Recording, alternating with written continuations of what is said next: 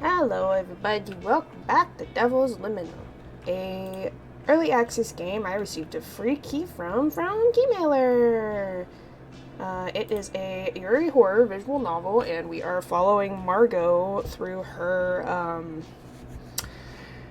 complicated return back home with apparently satanic rituals and gay love interests. Yes, there's a lot more going on, but anyways, Margot hadn't expected to sleep through the night. She said that last time, didn't she? She checked the time on her phone. Hopefully she wasn't running late for work. Flipping it open, she breathed a sigh of relief. It was Sunday anyway. Beck was asleep nearby. She heard a soft couple of knocks on her door. Her mother peered in. Her voice was a gentle whisper. About ready to get up? We have a guest. Let's get breakfast. Margot groggily rubbed her eyes. Her mother smiled and closed the door again. Oh, didn't I already read this? Margot rolled over. There was something hard under her pillow. She rubbed her head, sitting up. Did she leave her phone there? No, it's the knife. She lifted the pillow. There was a knife. Her father's old knife. Margot looked around her room again. Someone was missing. She shook Beck awake. Beck groaned. What's up? You remember yesterday? What part? Any part. She sat up. Huh? Not really, no. Margot held up her knife. Do you know why this was under my pillow? Oh, that's right. We were talking about the dream and Clara had you do something. There was another knock at the door. Helen stepped in. Margot? Can you come look at something with me? Your friend can come too. Margot turned to Beck. She looked confused. We'll be right there. The door closed. Speaking of Clara, did she leave or something? I don't know. I haven't seen her. Margot pulled on her jacket. Will we be okay if we go with her? Beck looked down. I don't know. Margot looked at the knife. What do I do with it? Beck shook her head. Margot sighed, hiding it in her jacket. Let's see what Helen wants. Helen waited alone in the living room. Beck stood by the doorway. Did you give it some more thought? Do you remember where the ashes are? No, I have no idea. Are you sure? Maybe you remembered seeing something in a closet somewhere? Margot tensed up. She hadn't said anything aloud. Helen stepped forward. Where's my mom? It's not her turn. Her gaze was behind Margot. She reached out, grabbing Beck's wrist. Oh, damn! What the hell? Beck pulled her arm back, but was unable to shake Helen's grip. Since Margot doesn't want to help, we can go look. Helen started to pull Beck with her. Beck frantically pulled away. She stumbled down to her knees, but Helen kept dragging her. Stop! I'll help you. Oh, you can follow along then. Well, Helen, Jesus Christ! Beck turned back to Margot. Her expression was frantic. Margot slipped her hand into her jacket where the knife was hidden. She kept her hand on it. When would be the time? What would it do? Helen swung open her parents' bedroom door. The room was dark. All Margot could see was the closet door, as though it was illuminated from inside. Helen whipped Beck around to face Margot, placing Beck between them. Her hands dug into Beck's upper arms. Can you get those ashes for me? Can you let go of Beck? Margot's voice wasn't as steady as she hoped. Beck frantically shook her head. Helen smiled. Oh, I can't do that. Your other friend got away, but he needs at least 2 of you. Why the 2 of us? Margot stepped forward, her legs shaking. Don't you remember? We're going to be a big family. He needs us to help him have a second chance. Is she trying to revive Dad? Margot stepped forward again. Don't get the ashes. I'll be fine. Helen threw her hand over Beck's mouth, smothering her. Don't butt in where you don't belong. Margot glanced into the darkness. He could be there. Helen, come on. Don't do this. What do you think will happen next? If he's here for us, what about your daughter? She could be next. We have to stop this. I've thought plenty about it. Something moved. Unlike you.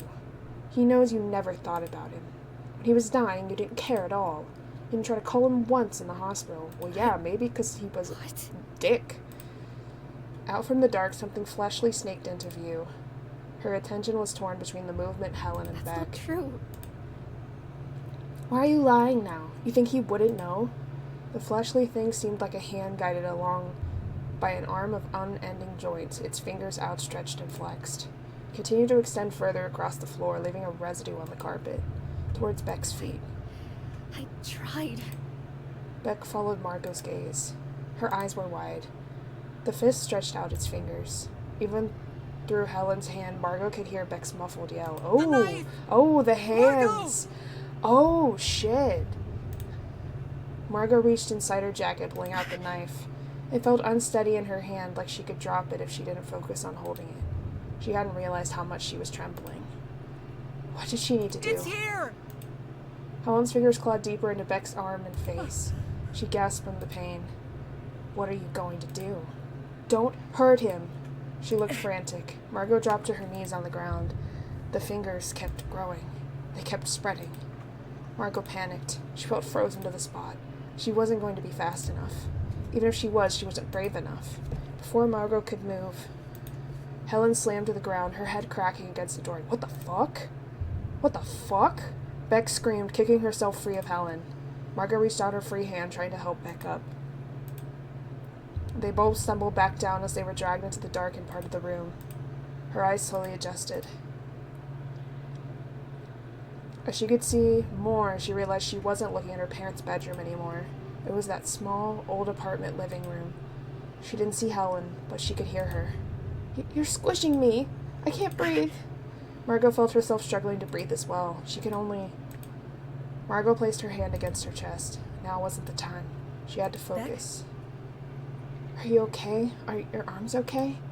Beck rubbed at them. Yeah. Beck stood up. I hate her now, but we should try to find Helen. Yes, to end this. After seeing Helen's true colors, Margot wanted to get to the end of this quickly. Margot followed the sound. It led to the bedroom. The door was locked. She shook her head. It was hard to focus. The ground felt uneven. Margot broke the lock with the knife. The room smelled like copper. In front of her, she couldn't see what was blocking the doorway. Oh, the music. It felt like a series of crickets and shelves impeding her way. Eventually, her hand landed on something sticky and fleshy. She had to pull her hand off with all her might. Ew! There were bulbous, fleshy bits covering the furniture coming into light. The dresser, bed, bookshelf. Helen's face was on the floor. It was hard to tell where she was separate from the furniture or flesh. Visibly pulsed. In the far corner, Margot could see the ghost. The same ghost. The flesh extending out from its hands, feet, stomach. A rotting smell filled the room. She turned to face Beck. Beck. Margot looked around. Where did she go? Her breath became more and more ragged. Was she already being pulled away to some dark corner? Could it be so quick she didn't notice or hear anything? Dark. Something covered her eyes. Margot thrashed around against whatever was covering her face. Arms tightened around her, holding her still. Margot. It is a shame. Margot tried to control her breathing. Whose voice was this? I had hoped we would have more fun together. Seems you're not up to the task. What are you... Shh. Finger slid against her palm, slipping the knife away from Margot's loose grip. She had never felt such unimaginable pain. Her stomach burned in a way she didn't think was possible. Did you know this is what Helen would have felt? Her whole body told her to do whatever it takes to make the pain stop, but she knew nothing would. She could feel the hilt of the knife against her skin. If you had held on to your conviction not to hurt Helen. She was so close. Let us try again. What? Margot hadn't expected to sleep through the night. She checked the time on her phone. Hopefully she wasn't running late for work. Flipping it open, she breathed a sigh of relief. It was Sunday anyway. Looking around the room, she saw Clara and Bex peacefully asleep. She heard a soft couple of knocks on her door. Her mother peered in. Her voice was a gentle whisper. About ready to get up? We have a guest. Let's get breakfast. Margot groggily rubbed her eyes. Her mother smiled and closed the door again. Ooh. Beck again. You have always been so persistent. Hey. Beck scrunched up her face. What? Want to get breakfast? Beck slowly sat up, stretching her arms up to the ceiling. Yeah, sure. Margot's mother was at the door again. Are you up? We need to head out before it gets too crowded. Yes. Margot glanced at Clara. It looked like she'd have to let Clara sleep in. Maybe she could bring back takeout for her? They arrived at the diner. Margot looked around. Who were they meeting here? She didn't recognize anyone. Her mother walked towards a booth with a lone woman sitting in it, her back towards them. Her hair was dark like Margot's. Margot and Beck trailed behind, eventually sitting down opposite of the woman and Margot's mother. Wow, it's so nice to finally meet all of you. How was the drive? Not too bad. Margot's mother turned towards Margot. So, do you recognize her yet? No. After you told me she'd been messaging you on the computer, I decided to find her myself. We got to talking, and, well, I invited her to visit us. Beck nudged Margot. Did you know? No. I only wish I reached out sooner. Helen smiled at Margot. Did you think we'd get to meet in person? I'm surprised, yeah. Helen turned her smile towards Beck. And who's your friend? I'm Beck. Nice to meet you. Her attention was back at Margot's mother. I guess we have a lot to catch up on. We certainly do. After breakfast, Helen joined them at Margot's home to catch up. Helen and Margot's mother eagerly talked about their happy memories of Margot's father. Margot stared at the wall, trying to tune them out. Beck sat quietly, idling away on her phone. After a moment, Margot's phone buzzed. Are you okay? Yeah, it's just weird for me. Want me to make an excuse for us to leave? Margot? Margot? Margot looked up, putting her phone away. Yeah? I don't mean to interrupt, but could we go for a walk? Just you and me? Margot turned to Beck. Is that okay? Of course. I was thinking I should take some ashes home with me. I could find a locket for them. Do you know where they are? No. You need to ask my mom. Okay, I'll do that when we get back. Margot looked up at Helen. Why do you want his ashes? To remember him. Do you remember the last time you saw him? Helen stopped. I do. Margot stopped beside her. Why would you want a reminder of that? He's still my dad. You have to forgive family. It was my fault anyway. How? Something like that could never be your fault. You don't have to forgive him. You don't have to give someone a pass because they're family. He wouldn't understand. You're too young to understand. My family loved him. They thought it was a shame that he left my mom. And then after what happened, do you know how much grief they gave me? How I was responsible for him cutting off all contact? Unlike you, I had to grow up without a dad. The guys my mom brought around only made it worse. No one can understand exactly, but I get some of it. My mom told me about what happened to you and she laughed about it. But from my experience, I believe it.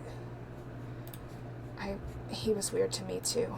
I'm working on moving on now that he's gone, but I don't think I'll ever forgive him. Helen stared at Margot. You really don't get it. Being a parent is hard. He did a lot of nice things for both of us. Just because he hurt me once doesn't mean I'm going to forget about all the times he was nice. My daughter did that to me. Doesn't feel good. Helen deeply sighed and pinched the bridge of her nose. Margot flinched. This is what I'm talking about. You don't understand because you don't have kids of your own. That's not it. There are unforgivable things. It's especially worse when your parent does them. You're supposed to be able to trust them no matter what. They're people too. I'm not talking about lying or losing your temper or something. What he did was serious. Men are just like that. No, they're not. Let's head back. I'll ask your mom about the ashes. Are you sure you don't remember seeing them somewhere? Margot lay in her room staring at the ceiling. Beck was asleep nearby. Margot wasn't sure how long Helen planned to be in town. Her mother was putting on a show of being a good host. They both seemed to be pretending everything was fine. But there was no past that they disagreed on. Everything was fine. Everything was forgivable. Margot gritted her teeth. Felt like she was the only one losing her mind. The only one who would acknowledge what her father was actually like. If anything, she wanted to find the ashes so she could destroy them. Spread them to the winds, and no traces would exist of the last person she let hurt her. Let. She could almost laugh. Even she couldn't help thinking that way sometimes. She wondered if they were in her mother's closet in that white box. Maybe if the ashes were gone, things would be normal again. Margot hadn't expected to sleep through the night. She checked the time on her phone. Hopefully she wasn't running late for work. Flipping it open, she breathed a sigh of relief. It was Sunday anyway. Beck was asleep nearby. She heard a soft couple of knocks on her door. Her mother peered in. Her voice was a gentle whisper. About ready to get up? We have a guest. Let's get breakfast. Margot groggily rubbed her eyes. Her mother smiled and closed the door again. Margot rolled over. There was something hard under her pillow. It's so weird that that's repeating, for the third or fourth time now. She rubbed her head sitting up. Did she leave her phone there? She lifted the pillow. There was a knife. Her father's old knife. Margot looked around her room again. Someone was missing. She shook Beck awake. Beck groaned. What's up? You remember yesterday? What part? Any part. She sat up. Not really, no. Margot held up her knife. Do you know why this was under my pillow?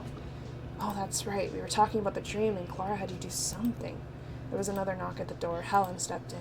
Margot, can you come look at something with me? Your friend can come too. Margot turned to Beck. She looked confused. We'll be right there. The door closed. Speaking of Clara, did she leave or something? I don't know. I haven't seen her. Margot pulled on her jacket. Will we be okay if we go with her? Beck looked down. I don't know. Margot looked at the knife. What do I do with it? Beck shook her head. Margot sighed, hiding it in her jacket. Let's see what Helen wants. Helen waited alone in the living room. Beck stood by the doorway. Did you give it some more thought? Do you remember where the ashes are? No, I have no idea. Are you sure?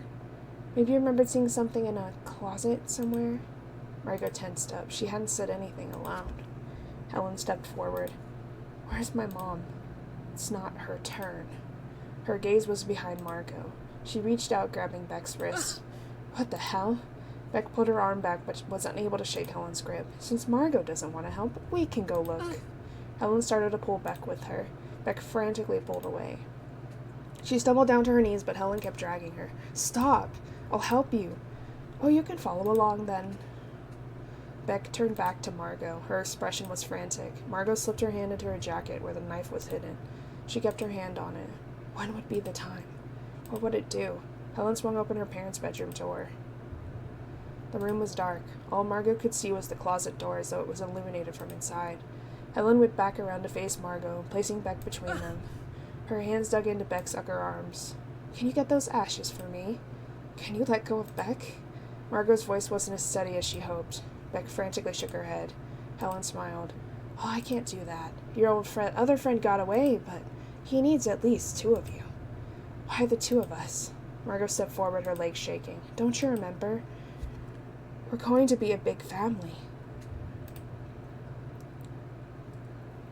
He needs us to help him have a second chance. Margot stepped forward again. Don't get the ashes. I'll be fine. Helen threw a hand over Beck's mouth, smothering her. Don't butt in where you don't belong. Oh, why isn't it working? Go through the fucking headphone. Margot glanced into the darkness. He could be there. Helen, come on. Don't do this. What do you think will happen next? If he's here for us, what about your daughter? She could be next. We have to stop this. I've thought plenty about it. Something moved. I'm here. I'm moving rooms. Unlike you. He knows you never thought about him. When he was dying, you didn't care at all.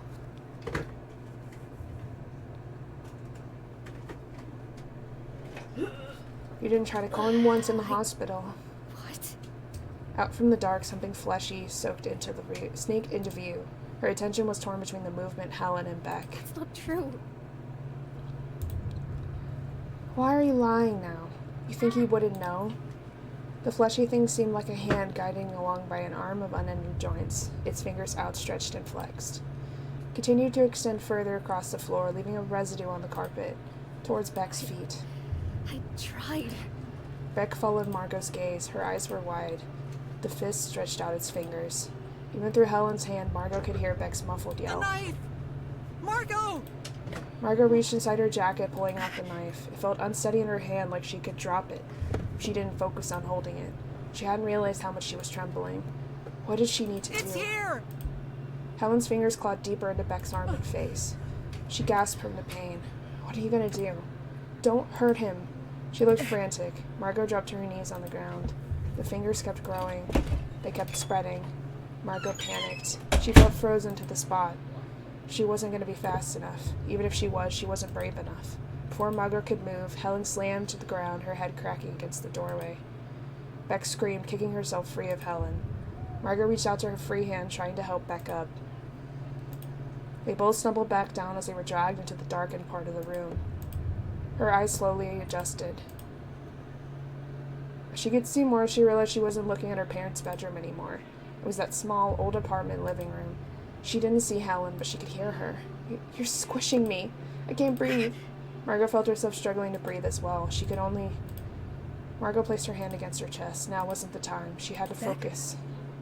Are you okay? Are your arms okay? Beck rubbed at them. Yeah. Beck stood up. I hate her now, but we should try to find Helen. I guess maybe I'm supposed to say to end this because to say she's in danger, because when I said to end this, it made me repeat the whole day over again. Have you changed your mind about her? It's a shame you already made your decision to hurt her. Well, what the fuck? Even if Helen was lashing out, she was in just as much danger as Margot. Margot followed the sound. It led to the bedroom. The door was locked. She shook her head. It was hard to focus. The ground felt uneven. Margot broke the lock with the knife.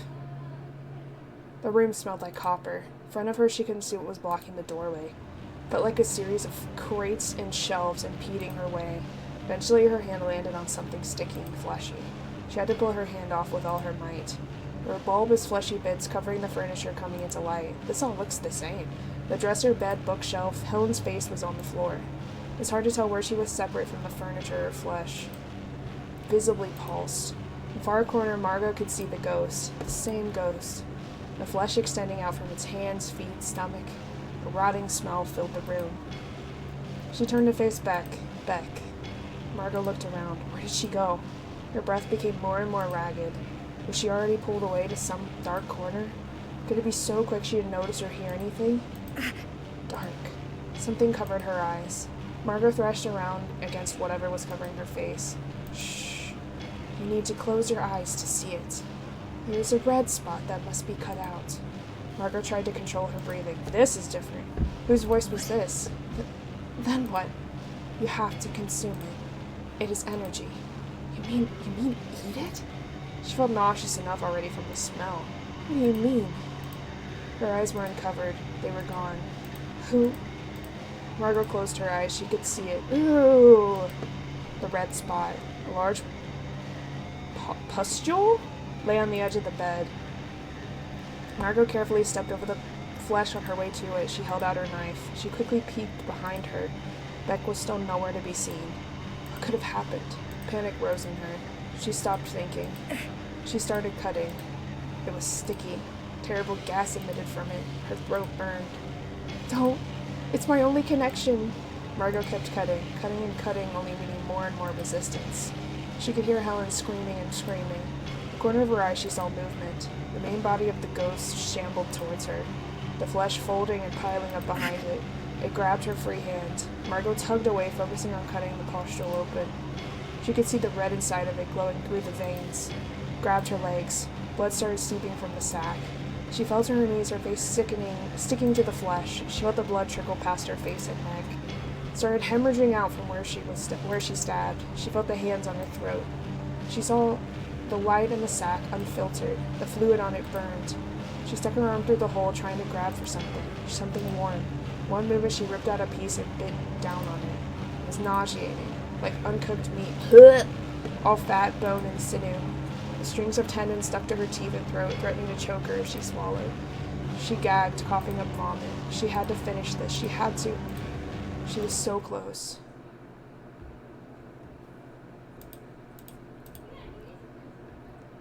Her body recalled the sensation. When she was very young and had tantrums, her father would pin her to the ground with his full body weight. She wouldn't be able to breathe between the crying and the weight.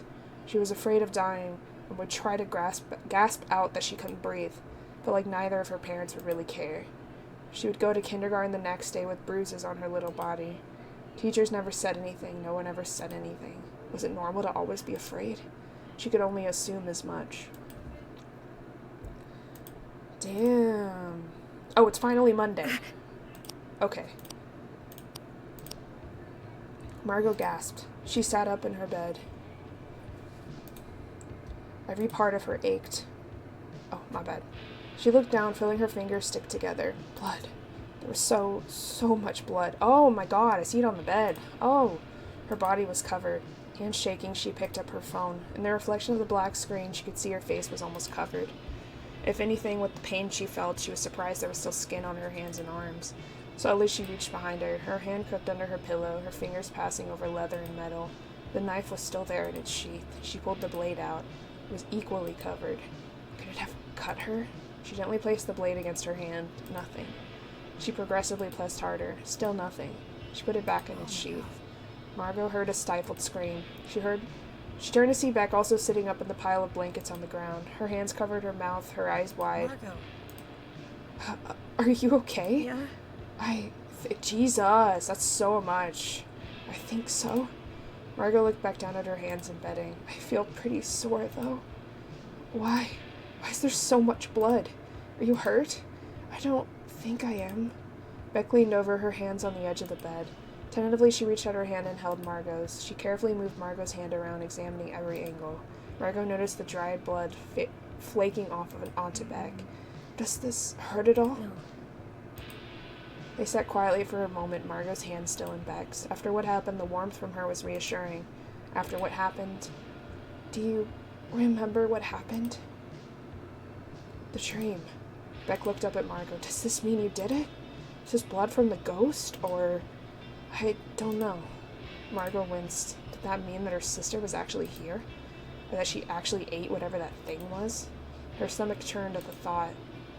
She wanted to vomit. Are you okay? You disappeared at some point. Did I? Yeah. Clara was gone, then you were gone. Someone told me what to do. I thought maybe it was you, but the voice didn't sound quite right. Beck let go of Margot's hand. I don't remember much, to be honest. I remember Helen grabbing me, us hitting the ground. That's about it. Margot looked around the room. Where's Clara? Beck looked around as well. That's weird. I think she'd be here to brag about her idea working. Beck checked her phone. You don't have work for a while, right? Yeah. How about you shower? I'll bag everything to wash. Okay. Thank you. Beck stirred her iced coffee. Do you think it's really over? You took a soul, right? Yeah. I guess I'll still be cautious for a while. Makes sense. Sorry for bleeding on you this morning. It's okay. Probably wasn't your blood anyway. How does that make it better? Sorry. During lunch, Margot thought about the remaining loose ends after last night. She didn't necessarily want to know what happened to the ghost or if it was still out there. Then there was Clara. Margot wasn't too worried yet. The timing of her disappearance was scary, but she didn't want to jump to assumptions too soon. Lastly, Helen. How was Helen? She wondered if she didn't take Helen's soul after all. If she did take Helen's soul after all. Margot hurriedly set down her bag and opened her laptop. On her walk home, she allowed herself to feel the anxiety. What if Helen was hurt? What if she was angry? Margot checked her messages. There were new ones from Helen. Her profile picture was a gray, anonymous image. Margot couldn't click on her profile anymore. I had hoped my dad was something that he isn't. I won't bother you or your mom anymore. So that was it. Margot felt a small pang in her chest. She had hoped that things could have worked out somehow, that she could have had new family members, but the possibility no longer existed. At least she sounds more like a sane person this time. Margot went for a walk. It felt weird with how uneventful the last 2 weeks were. It seemed like there should be major change in her life, but things felt mostly the same. When Margot returned, there was a familiar face at the brick fence. Clara. She seemed to be waiting for Margot. Hey. You're back. Are you okay? Yes. I am. Better, in fact. Where'd you go? I need to take care of some affairs now that I have a body. So it really did work. We still have more work to do. But yes, no more nothingness. I'm not bound to my book. Other people can see me. Whoa. Wow, that's great. How does it feel? Strange. It's been a long time. I bet. You said there was more work to do. What is it? You don't have a complete soul yet, just a piece. How can you tell? I still feel off. We can discuss that later. Okay. Margot wondered what more needed to be done. Why wasn't this enough? It's never enough. That's too easy. You need more. More. Margot sat with Gina before lunch. How was your weekend? Bloody and gory and scary and psychologically damaging. It was okay. It's okay, it's fine. Everything's fine. How about you? I did a bit more reading. I wanted to learn about meditation. Yeah? Anything interesting? Do you know it has therapeutic benefits? It actually really does. It's often been used to help with stress. That makes sense. Margot picked at her food. She thought about what Gina said. Maybe medication could help her? She could try to find a book at the library about it. Long before this summer, Margot had struggled with feeling stressed, depressed even. Only in a moment of desperation, she tried calmly sitting down with her mother to talk about it. She tried explaining that she often felt sad and overwhelmed. She asked if her mother and father could be a little more gentle with her. It did not go over well. Her mother stood up, red-faced, furious that Margot wanted to spend all of her parents' hard-earned money on medication. Margot hadn't brought up medication. She tried again, thinking she had to explain what she felt and needed differently. Her mother only became more angry. Jesus. Margot sighed to herself. Medication couldn't hurt, and when she started college, she would have health insurance there. She had never had health insurance before, but maybe that could be used to talk to someone. Maybe she could also finally get a blood test. How did any of that work, though? Margot shook her head, trying to clear her thoughts. She wanted to be positive, but it was hard. Yesterday she felt numb. Today it felt like she was thawing. The gravity of the dream and what happened became more apparent. She was expendable to her father. Her father wanted so much to hurt her that his death didn't stop it. She only met her sister a couple weeks ago. Now she was already resented Margot and cut off communication. Beck and Clara had hardly talked to her about what happened, partly because they blamed Margot for pulling them into her problems, for causing them pain and stress. Margot was the common thread. Over and over, she made people hate her. That's your anxiety and depression talking. They don't actually feel that way. Come on, you gotta talk to them. Talk. You need to talk to them. Margot anxiously held a book in her hands. Before heading home, she had stopped at the library. She felt like she was on autopilot, going through the motions, but she kept focusing on what Gina said. Maybe medication could help. It can help with stress. She picked out a book and a CD with meditation exercises. It was still early in the evening. It made more sense to hear her to go outside for a bit. Margot dragged her feet through the gravel sidewalk. It was hard to be alone right now. Maybe going outside was a bad idea. She felt so exposed to the world around her. Her phone buzzed in her pocket. Beck was calling. Hey, Hey, Margot. Hey. How are you today? I'm okay. What's up? Well, I was worried about you. I was thinking about that dream and just got really scared all over again. Thought the ghost was really going to kill us. And when I saw you, I thought you were dead. So I wanted to call in case it was bothering you too. She lowered her voice. It's been hard to focus. I keep finding new things to worry about. Was my mom actually in that one dream? Did Helen actually visit? Could that have been her blood that was on me?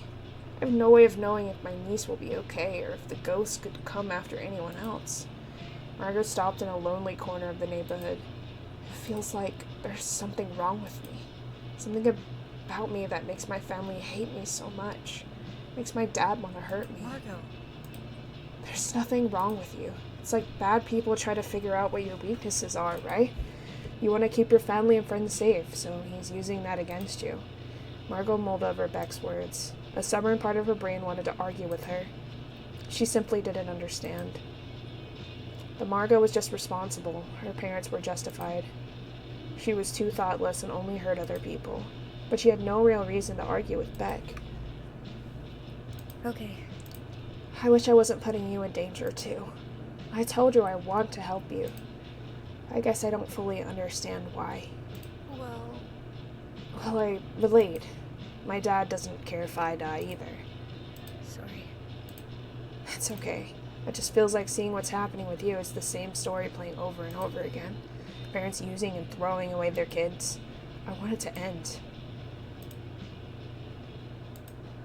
It was too dark in her room. Something could be there in the dark corners. The sticky sweat on her back reminded her of the blood.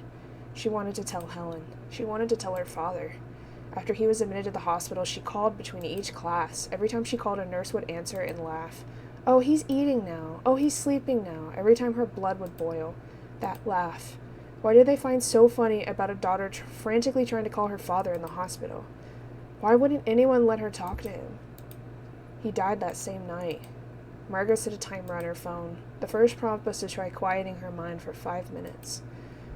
To let the thoughts come and go without passing judgment on them. She lay down and closed her eyes, letting the time pass. Margot woke up to her alarm buzzing. She still had her earbuds in from last night. She realized she probably fell asleep while trying to meditate. Honestly, that's so valid. Once you get into that state of just relaxation, letting your thoughts just go, it's so easy to fall asleep. In the living room, her mother frantically paced around. Oh God, oh no. Huh? What is it? Oh God, how am I gonna get to work? What? What's going on? Mother took a deep breath. The coolant in the car keeps leaking. Oh, can't you refill it? Danny showed me how. Oh God, but it's gonna get expensive. What if I don't have any on hand? Margaret grabbed her backpack and left. She knew there was nothing she could say. You're quite the natural with the residents here. Thanks. Really? Thank you. I've had residents mention they enjoyed talking to you. You know that. Would you be interested in working on a newsletter? Sure. Sure. What about? Well, I was thinking you could collect stories from the residents. You could write about their lives, achievements, whatever you want, really. This sounds great. Wonderful. I'll think about some people you could interview. Margot turned back to her computer.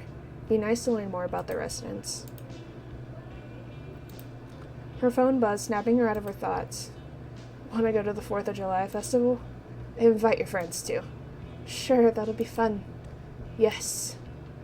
That would be nice. For the moment, Margot could focus on that. Margot thought about who else she could invite for 4th of July. She remembered that Jade and Nikki had met Beck. Maybe they would be interested.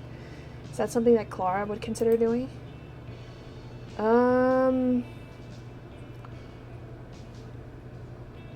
I want to talk to both of them, honestly.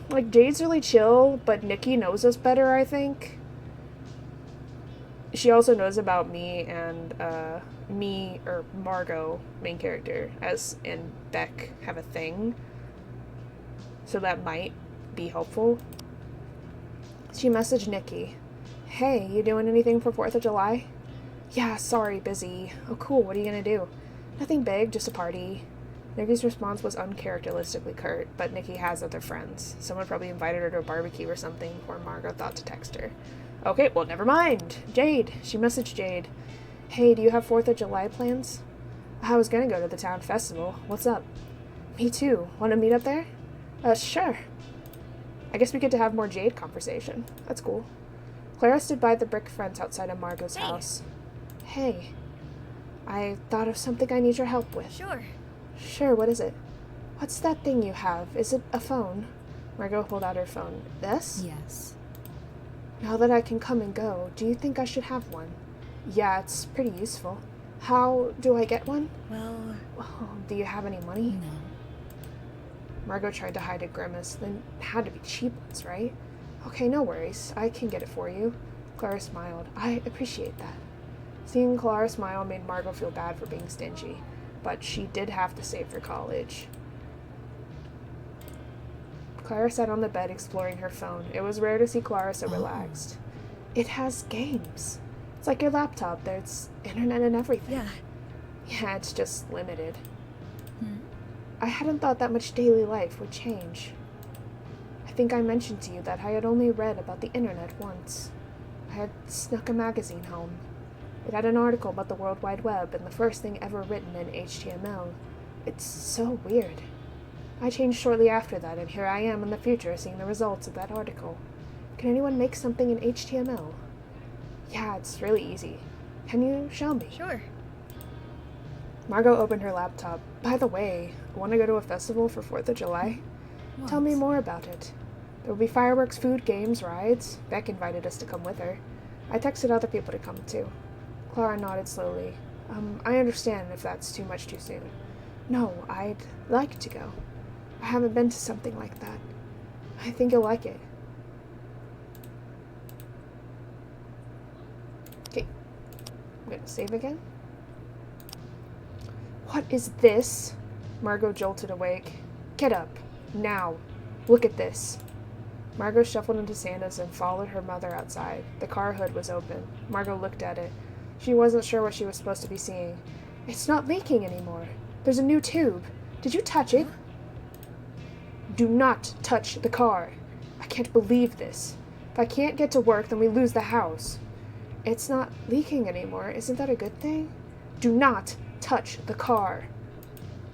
Okay, damn. During Margot's lunch break, she checked on her messages.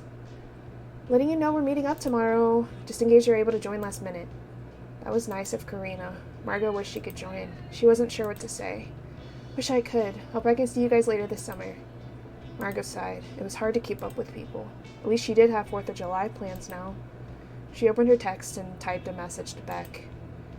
I invited more people for 4th of July. Sweet. Who? Clara and Jade. Texted Nikki, but she's busy. Sounds good. Margot stared at her phone for a moment. More Beck. She hadn't seen Beck in a while. Talking on the phone was nice, but she still missed her. She had a fleeting thought. On Saturday, Beck wanted her to stay the night again. What would have happened if she stayed? Margot shook the thought out of her head. Are you free tonight? Yep. What's up? Would you want to hang out? Of course. What do you want to do? I haven't thought about that. We can go for a drive or something. Okay. Margot looked at her college checklist. She was making good progress on earning the money to pay for her tuition. Fortunately, after scholarships and loans, it wasn't much. But she also needed to figure out her living situation. The university had a site for browsing roommates. It involved filling in a picture, hobbies, habits. It felt like a tacky dating website. She wasn't sure what she wanted in a roommate. Would it be better to wait and get a random person? Or maybe it would be worth to pay a little extra for a private room? Margot's hands idly wove together the bracelet for Beck. Oh yeah, the bracelet! Her phone buzzed. Almost there. Sorry about making you wait. It's okay. I'll head out. Margot put away the bracelet and grabbed her bag. So she's still working on the bracelet. That's sweet. Margot looked out the car window at the twinkling lights of the distant neighborhoods in the desert. She turned to Beck. Before you texted, I started working on some college stuff. Been doing homework already? Feels like it. Speaking of, what are you going to major in? I'm not really sure. Thinking about law school, so I can kind of major in anything. Law school's pretty big. Yeah, I don't love school, but I can be flexible. What are you gonna major in? Something for comics, right? Well, I don't know, maybe a double major? Maybe I should do studio art and creative writing. Those are like, creative writing was my major. Or transfer to a design school. I'm sure you'll get straight A's, whatever you pick. Oh, speaking of, are you getting A's at work? Marco rolled her eyes. I think so. My boss asked me to work on a newsletter about the residents. Yeah? Anything good so far? Today I had an interesting one. I interviewed someone with dementia today. He told the nurse and me about prom. All about how he was getting laid on prom night. no way. Seriously, he talked like that? Well, he put it in a more colorful way. So you're saying that direct quote for the newsletter? Hmm? Of course. Beck laughed. Hey, what was prom like for you? Never went. My private school didn't do it, and I was never invited at my previous school. Lee didn't invite you? No. What about you? I never went either. How come? Moved around, wasn't super close with anyone. I don't know, I felt awkward about it. Yeah. Oh, I would have asked you. Oh, I always went with friends, but like, I always felt incredibly awkward as well because I didn't really understand romance, and I'm Arrow Ace anyway, so I still don't quite understand romance that well, but I was also into girls, but I didn't really understand that back then as like 100%, so it was awkward because like obviously I couldn't like ask anyone to dance other than friends because I was too awkward and shy about it. And also I was not allowed to wear anything besides like a really fancy, prom dresses. I wanted to wear a tux actually because the extremely fancy dresses just like don't appeal to me. Like I like Lolita dresses and like, I don't know, goth or witchy dresses and stuff, but like the fancy like prom dresses with the sparkles and all that, that's just like way too much for me. I never felt comfortable and I never liked how I looked in them. So I felt incredibly awkward and I just extremely disliked. But I wish I would have been brave enough to just wear a suit because that's what I wanted to do. And I've always felt comfortable and liked myself wearing one. So I wish I would have been comfortable enough to do that, but cannot go back and change the past. So, but if I would go back with the information I know now, I would have gone and worn a suit anyway and said like, fuck it, I don't care. I would have asked you. I would have asked you to prom. Margot immediately felt her face heat up. Beck perked up. As friends. Yeah? 60 years later, you would be bragging about trying to get laid. You think I'd talk like that? You wouldn't know. You wouldn't now, but maybe you would then. Margot looked at Beck's free hand resting on her leg. She wished she was brave enough to say or do anything. I wanted to try something new and fix the car. I didn't think your mother would be so angry. Oh, Clara did it. I suppose it's not that surprising. It's okay. I'd avoid touching her stuff, though. You know how to fix cars? Looked it up. Margot looked up at the dark ceiling. She wondered where Clara was. She wondered if something else could be there.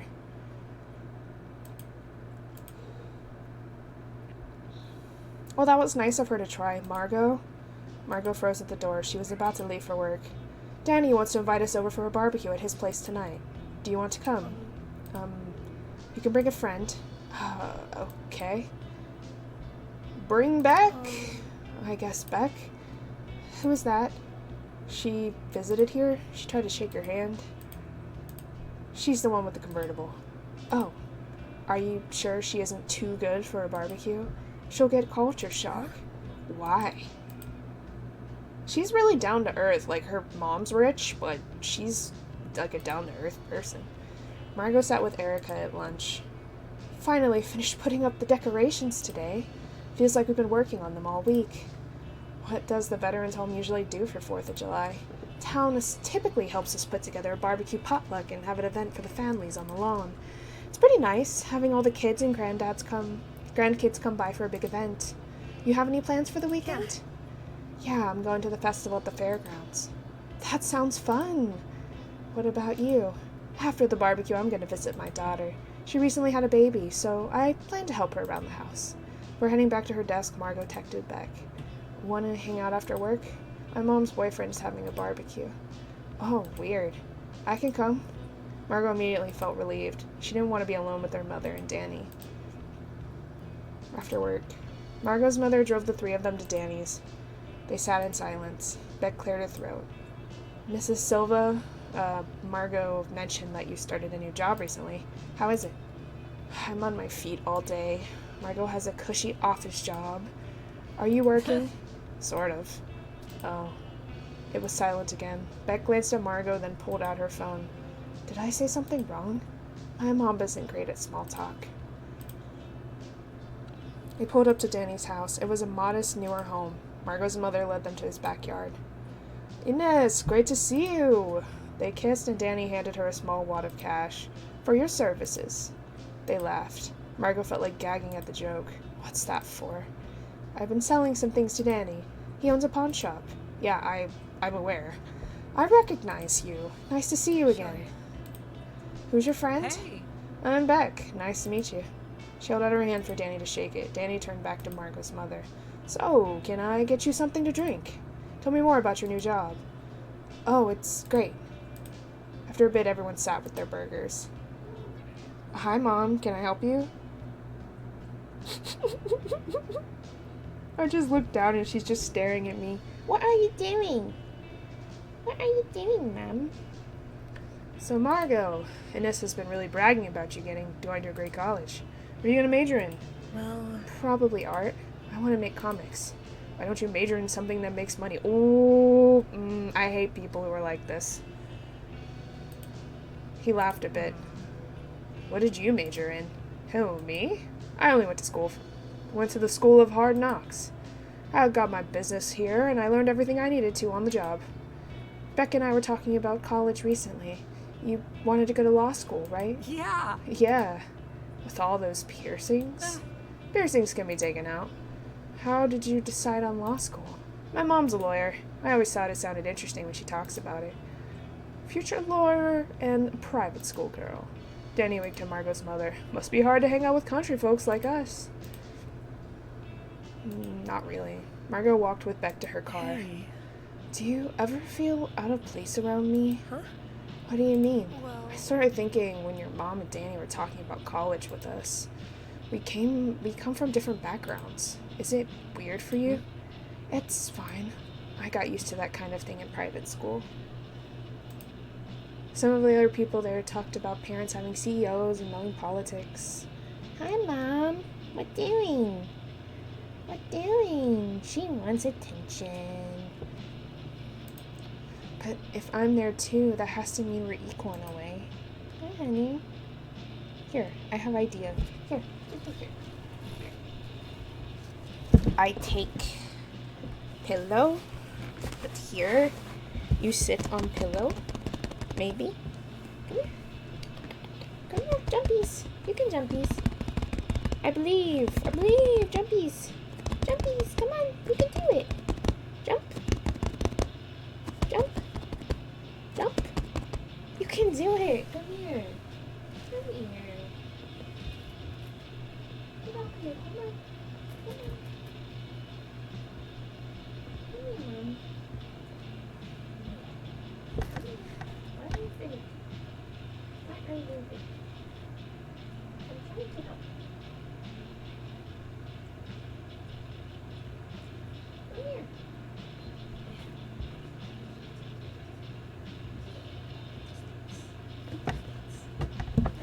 Take this.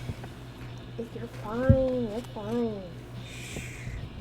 There you go. You can stay up here with me. Look at that. Right? Beck smiled. Right. If anything, I think you're better. What do you mean? You got there without connections. It's not a big deal. Beck rolled her eyes. So, tomorrow, will you be okay hanging out with Clara all day? Beck sighed. Oh, Lord. Here you go. I'll try. Why do you dislike each other anyway? I've barely seen you two talk. Beck considered her answer for a moment. There's a lot of stuff I think she's lying about. I think we have different goals. Goals? Lying? Like what? I think there's something else she wants from you. She says similar stuff about you. Huh. Well, we're both very secretive. Secretive. Do you mean private? Both. Are you secretive with me? Yeah. You don't have to be. I want to know more about you. We'll see, I guess.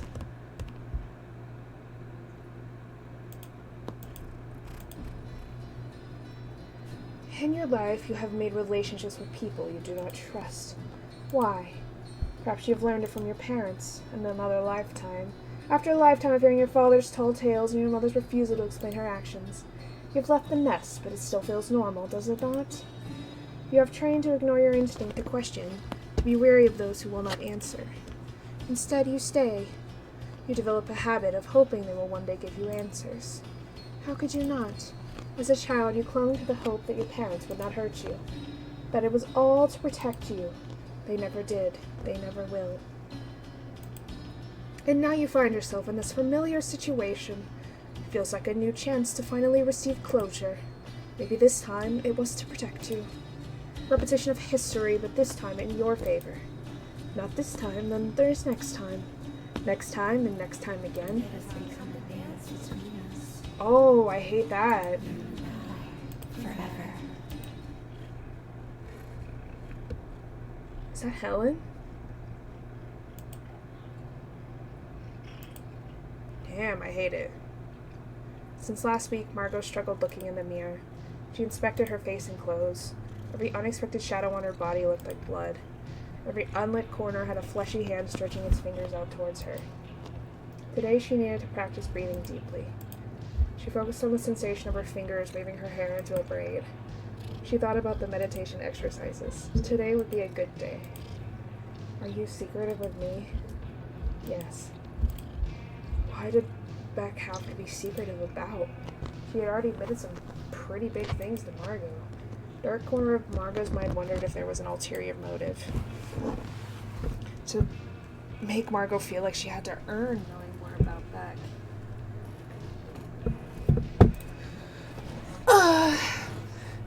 Oh, I gotta stretch. Big stretch. Big stretch. Big yawn. Ugh. You're right. I need to drink some water, too. I haven't drank any so far today. There were Clara's suspicions about her, but Margot kept thinking about Beck. It was hard for her not to. She wondered if life would have been easier if Beck hadn't moved. What if they had been there for each other that whole time? Could Margot have helped her with whatever she struggled she kept secret? There were endless what-ifs, but Margot struggled to consider what the future might be.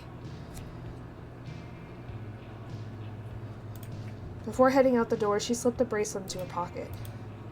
Did she finally finish it? Oh, look at her shirt! Very pretty, very nice. I feel like I don't look nearly as cool in this car.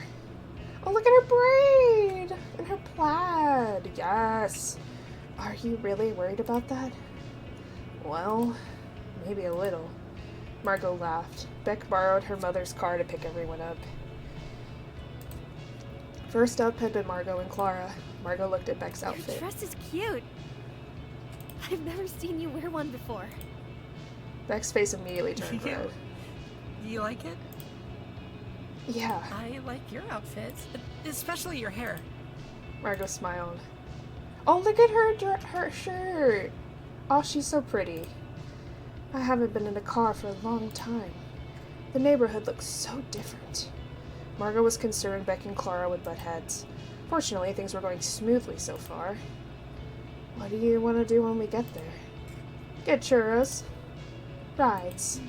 They're so rickety, though. I thought you were all about the risk avoidance. Well, It's calculated risk.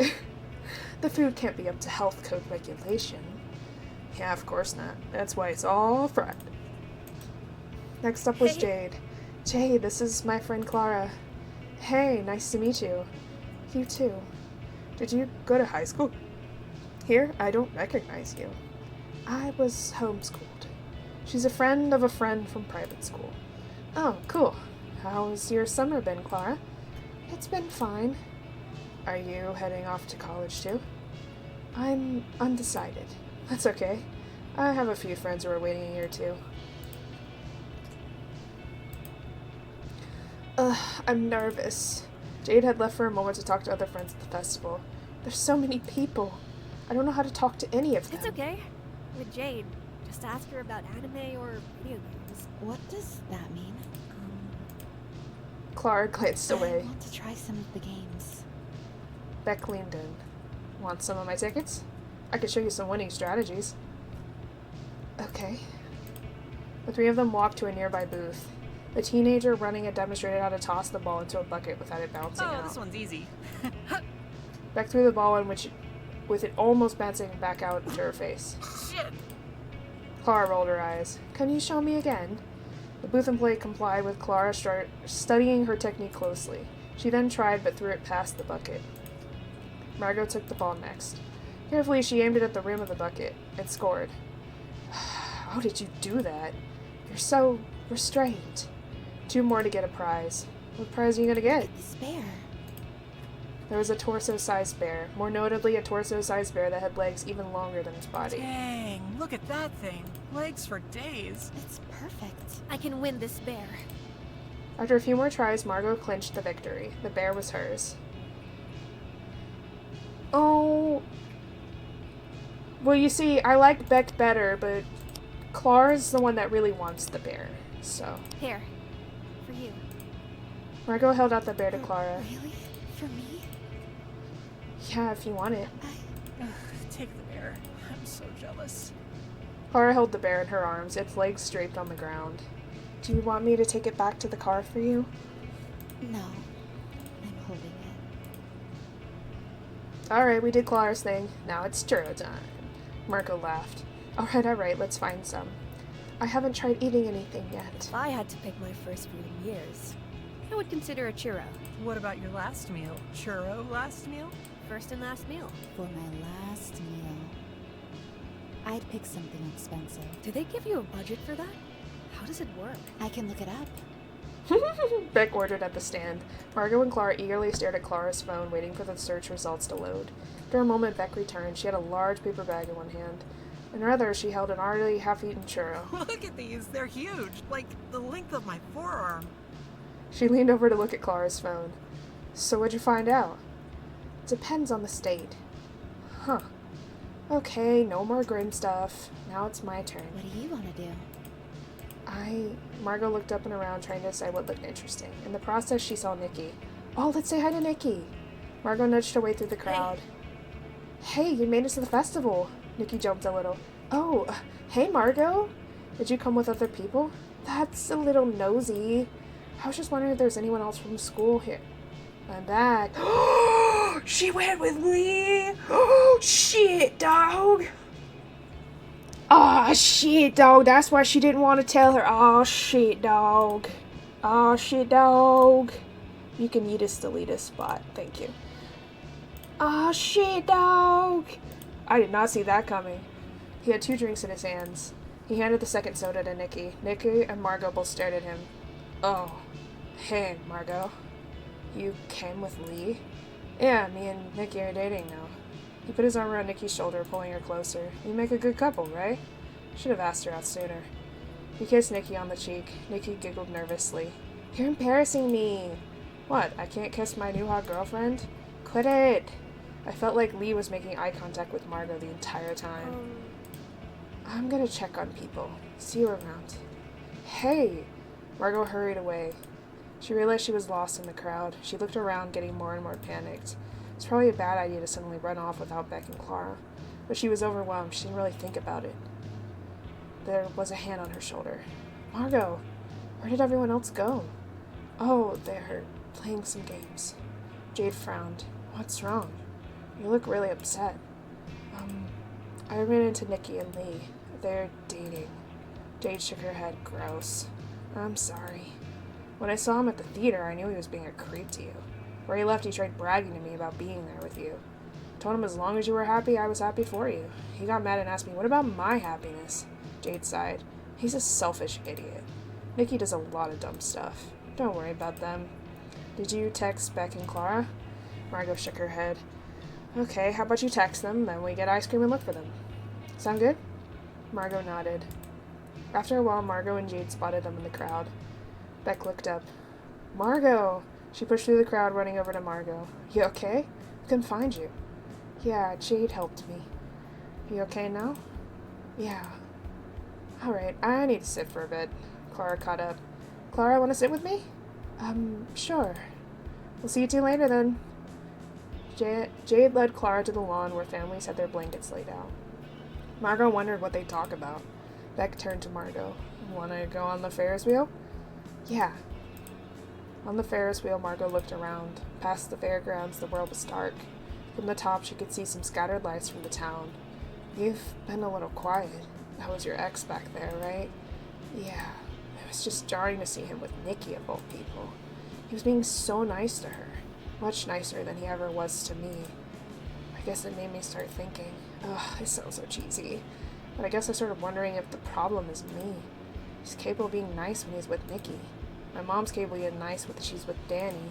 Is there something innately wrong with me? Something about me that makes people treat me differently? Beck shook her head. Nah. He wants to see you and Nikki compete for his attention. It's just selfish people that like to do stuff like that. Yeah. Want me to win a taller-sized stuffed animal for you? Margot laughed. If you can. I can't believe you'd rub that in my face. You wouldn't even give me the bear. I thought Clara needed it more. They laughed. After a moment, Margot turned back to the landscape outside. There was an announcement from the band playing that the fireworks would be starting soon. Margot found a spot on the grass to lay out a blanket near Clara and Jade. They seemed to be happily chatting. The bear was carefully placed on the blanket next to Clara. The fireworks started. Margot couldn't help herself and scanned the crowd. The field seemed to be littered with couples and families. She wondered if any of them were Nikki and Lee, still happily and having fun together. What does it matter, though? Margot focused on the present. She leaned her head on Beck's shoulder. Aww. Beck put her arm around Margot's waist, pulling her closer. Beck looked at Margot. She watched the way the fireworks reflected off Margot's skin. At the end of the evening, Jade went home. Margot and Clara went back to Beck's. Beck's mother seemed to already be asleep. Beck showed Clara to the guest room. Clara seemed happy to have a bed to herself and disappeared for the night. Once Clara closed the door, Beck turned to Margot. Wanna go for a drive? I think we can find more fireworks. Yeah, sure. Margot remembered the bracelet in her pocket. Maybe this would be a good time to give it to Beck? The drive reminded Margot of her first outing with Beck. The same radio station was on. The air had the same crispness. In the distance, fireworks popped and flashed. Where are we headed? You'll see. They arrived at a new spot along the Colorado River. Beck parked and they walked out to a grassy spot by the water. On the other side of the bank, they could see sporadic fireworks. Margot watched their reflection in the water. Beck laid out a blanket for them to sit on. Margot turned to look at Beck for a moment. Beck looked out over the water, a faraway look in her eyes. Hanging out with everyone was fun, but I prefer alone time with you. Aww. Me too. Hey. Yeah? I have something for you. Mark handed the bracelet to Beck. Beck rotated in her hands, examining it. She chuckled a little. Jewelry, huh? I made it myself. Do you like it? Beck smiled. I love it. She slipped it on her wrist and tightened the fit. Margot swallowed. She felt nervous. Things have been pretty quiet for a week now. Yeah. Do you still have feelings for me? Margot felt her hands shaking. She placed them on the blanket. Beck scooted closer. She placed her hand on Margot's. Her hand was still as soft and warm as she remembered. Of course I do. It feels so natural to be with you. I want to do everything with you. Beck's voice cracked. It's hard to believe you like me. Beck looked away, muttering to herself. Maybe. Margot looked at her. Beck shook her head. Nothing. Beck laughed a little. I'm sorry. I feel so nervous. Why am I so nervous? Because gay panic, that's why! That I got this second chance to be with you. What do you think of me? Beck looked down at the ground. She anxiously bit the side of her lip. I've told you how I feel, but you never answered me directly. That's right, you haven't, Margot. Tell her how I feel. I feel like I can really relax and be myself with you. You're so cool and nice and fun to talk to. I like you a lot, Beck. I'm bad at expressing myself. I'm sorry. It's really hard for me to talk about what I'm thinking, I guess. I didn't mean to make it weird for you. Beck looked at Margot. Their eyes met. Margot felt like the world was spinning. Beck's hand tightened around Margot's. Everything was out in the open. Margot felt deeply vulnerable, but she couldn't look away. You're shaking. Of course I'm shaking. Beck nervously laughed. I wish I could shake this feeling, like I'm doing something wrong. Something wrong? Beck's gaze lowered to Margot's lips. Ooh, are we gonna have a smooch? Margot felt very aware of her every breath. Can I kiss you? Yes, gay. Be gay. Yes. Do crimes. Be gay. Be gay. Do crime. Yes. Margot's heart was pounding. She struggled to speak. Yes. Beck moved closer to Margot. She carefully placed her hand on Margot's cheek. Margot closed her eyes. She could feel how close Beck was, her breath against her face. It was funny to think they had been here before, years and years ago.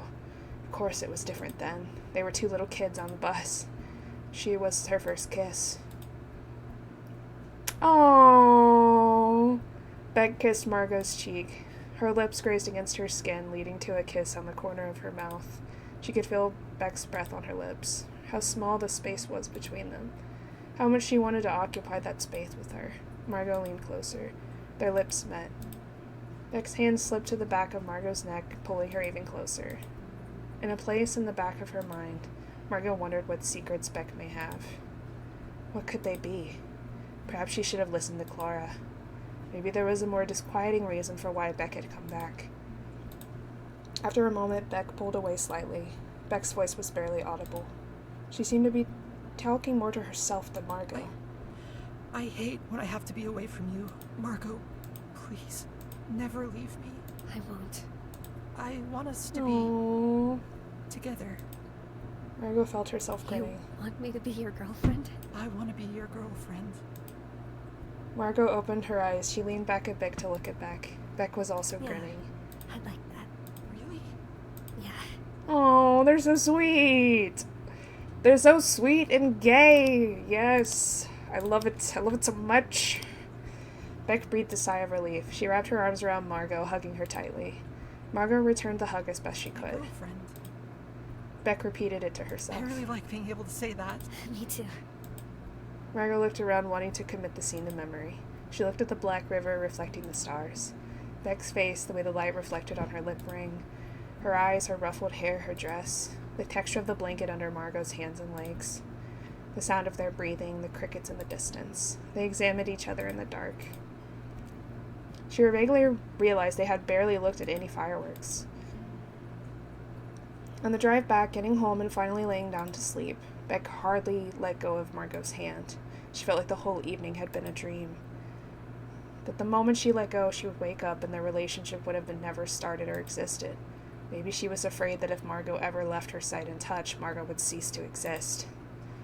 She would have to find her all over again.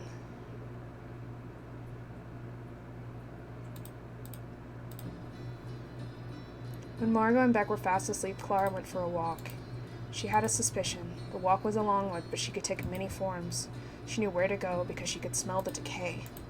She arrived at a cemetery. An old, familiar acquaintance waited for her. Unlike Clara, time had aged this acquaintance. They discussed what they would need to happen before September.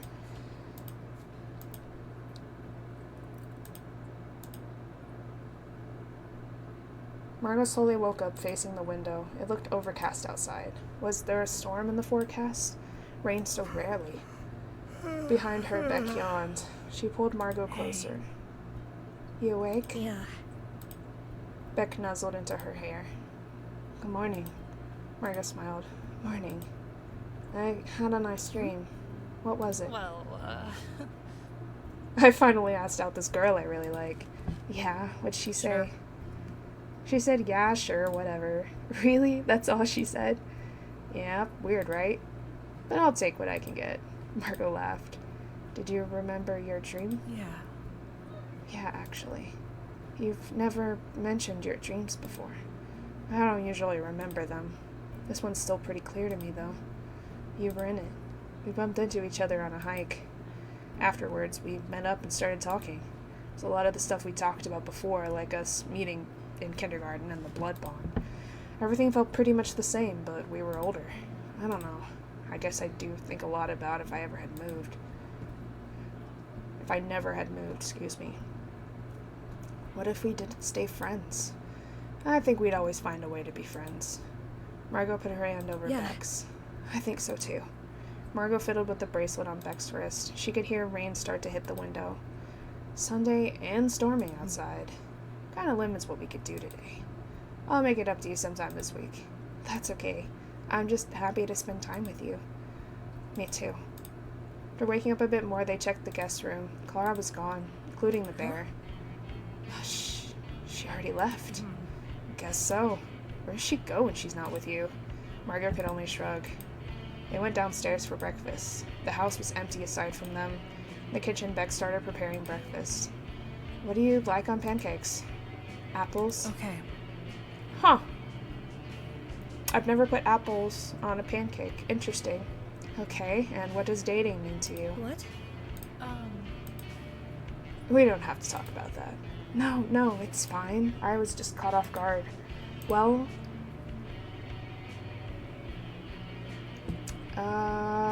both are good answers. Well, number one, you have to, learn more about the other person, and then number two, you have to,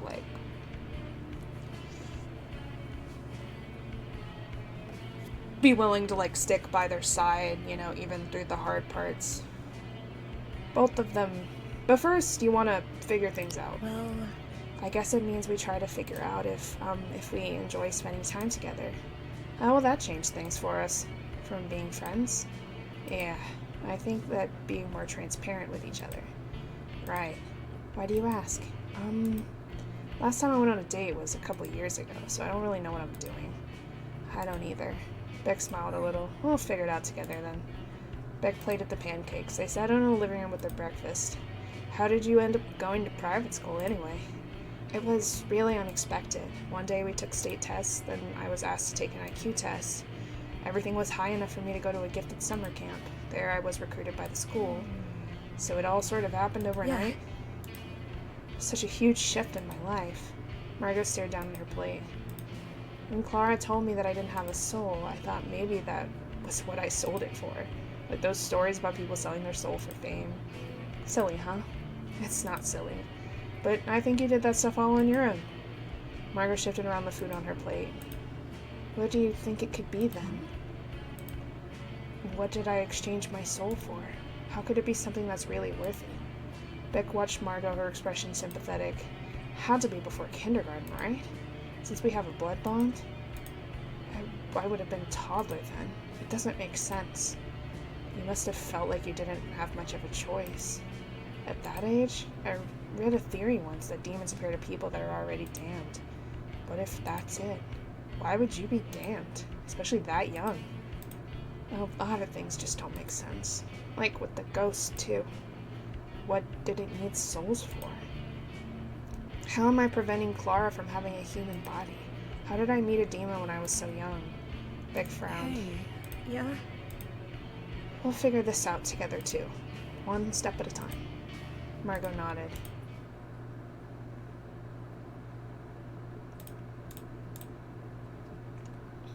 Margot was in a classroom. She was a child, maybe 11.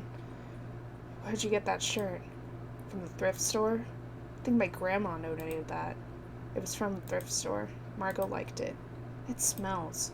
Why don't you shower? Parents usually yelled at her if she did. You look like a school shooter. Damn. Was something wrong with Margot? Kids today are rude as fuck, bro. Later, Margot was on the school bus. She was the last one for the day. The bus driver waved her over. Hey, I don't want to be mean. Everyone grows up and needs to start using deodorant. You could ask your parents for some, or I could buy it for you if you'd like. It's okay. Thank you. Every day felt the same. Margot couldn't wait to be an adult. She could buy clothes, she could buy deodorant, she could shower. Deep down, she felt so angry. She thought of her dad's advice. To get people to leave you alone, you need to hurt them. Damn, Dad was an ass. A true one, okay. Hey, Margot? Did you fall asleep? Huh? They were curled up on the couch. The movie on the television was paused. Want me to rewind? Or do you need a nap some more? Oh, sorry. I didn't mean to doze off. I guess the sound of the rain outside. Beck smiled. I think it finally stopped. Want to go for a walk? Outside, the world felt hyper-real. Every color was unnaturally saturated. Already, little flowers and blades of desperate plants poked out from the wet sand. A few yards were still flooded. Beck held out her hand for Margot. She took it. You think your plants will double in size? Yeah. Probably. I'm excited to see my yields tomorrow. There's a bunch ready to pick. You should look up some new recipes to try. Yeah. That is such a good idea. Beck's expression was particularly sunny. Is it okay for people to know that we're dating? Of course. She was so casual about it. I just want to be sure. I get it, especially being in a small town. Yeah. Later in the evening, Margot went back home. As much as she wanted to stay, she needed some quiet time before work on Monday. She checked her texts. Hey, it was cool meeting your friend Clara. I hope we can all hang out again soon. Sorry Lee was there. Want me to talk to Nikki about that? Margot sighed. Her honest preference would be for everyone to pretend Lee didn't exist. But with Nikki dating him, that was more complicated. No, it's okay. Margot set down her phone. Talking with Jade did help. It was a relief knowing she came back to her hometown and still had old friends that cared. The rain had started again, pounding against her window. Margot wondered if Beck checked on her garden yet. Hopefully it didn't flood. Margot hugged her pillow. Beck. They had kissed. She was okay with people knowing they were dating. She held Margot's hand in public. Margot clutched her pillow tighter. Half of her reeled from how perfect and thrilling this was. The other dreaded what the catch was, felt embarrassed about how exciting it was to date someone who wasn't ashamed of her. She wished she had stayed over longer. She could always text Beck.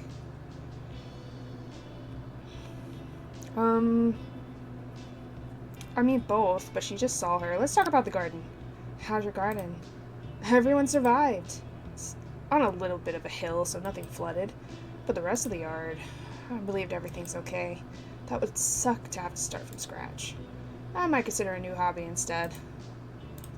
On her phone, there were more unread messages. That was the weird emo chick. She yelled at me at the theater. Is she your friend or something?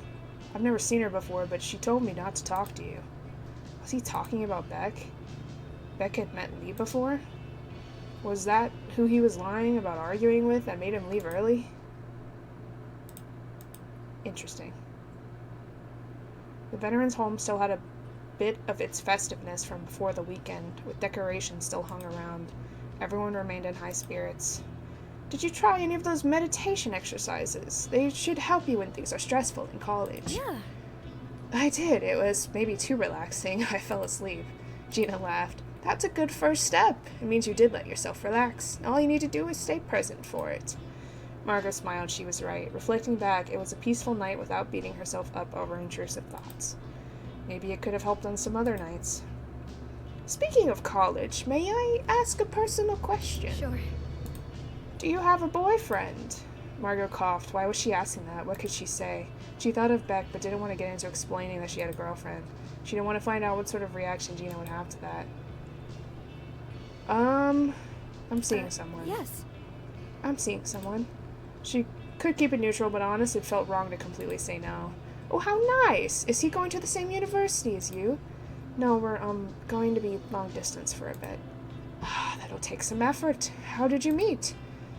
Why were the simplest questions impossible to answer? We were in school together? Gina smiled. That's usually how it starts, isn't it? I ended up meeting my husband during my time as a WASP.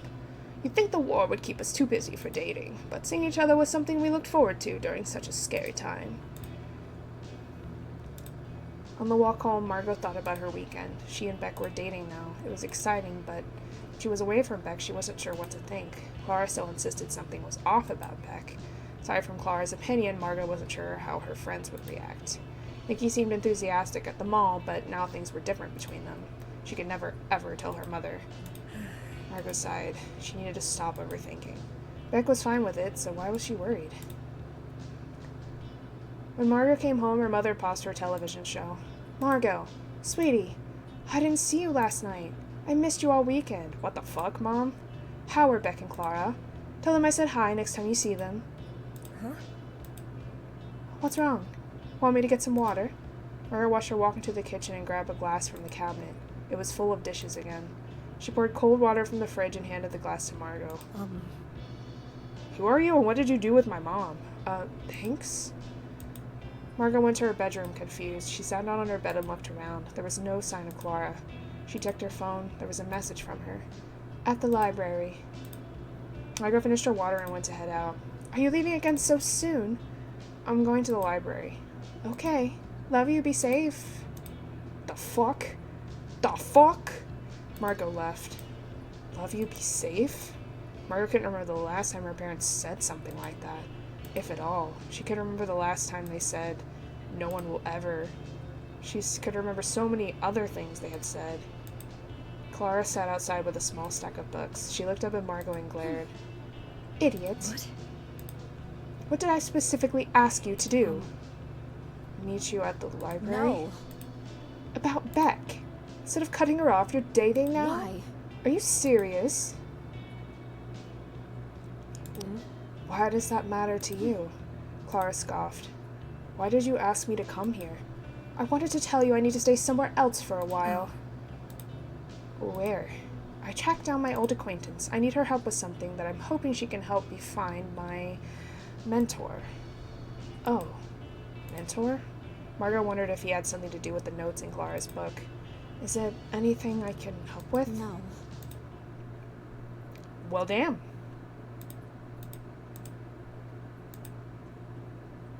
Remembering is your freedom. Show me a memory. Of a woman.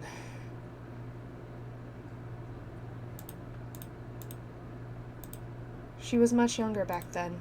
She lived in a small home on a farm. In her room, she checked her usual hiding places.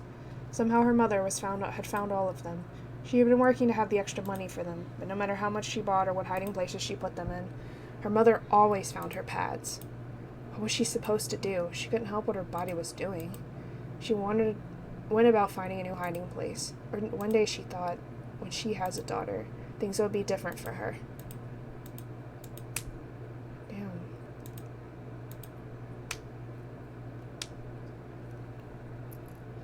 At lunch, Margot sat alone. She felt off. It was hard to figure out why. She considered texting someone. I'll text back, of course. Hey, want to do something after work tomorrow? Yeah, I'm free tomorrow.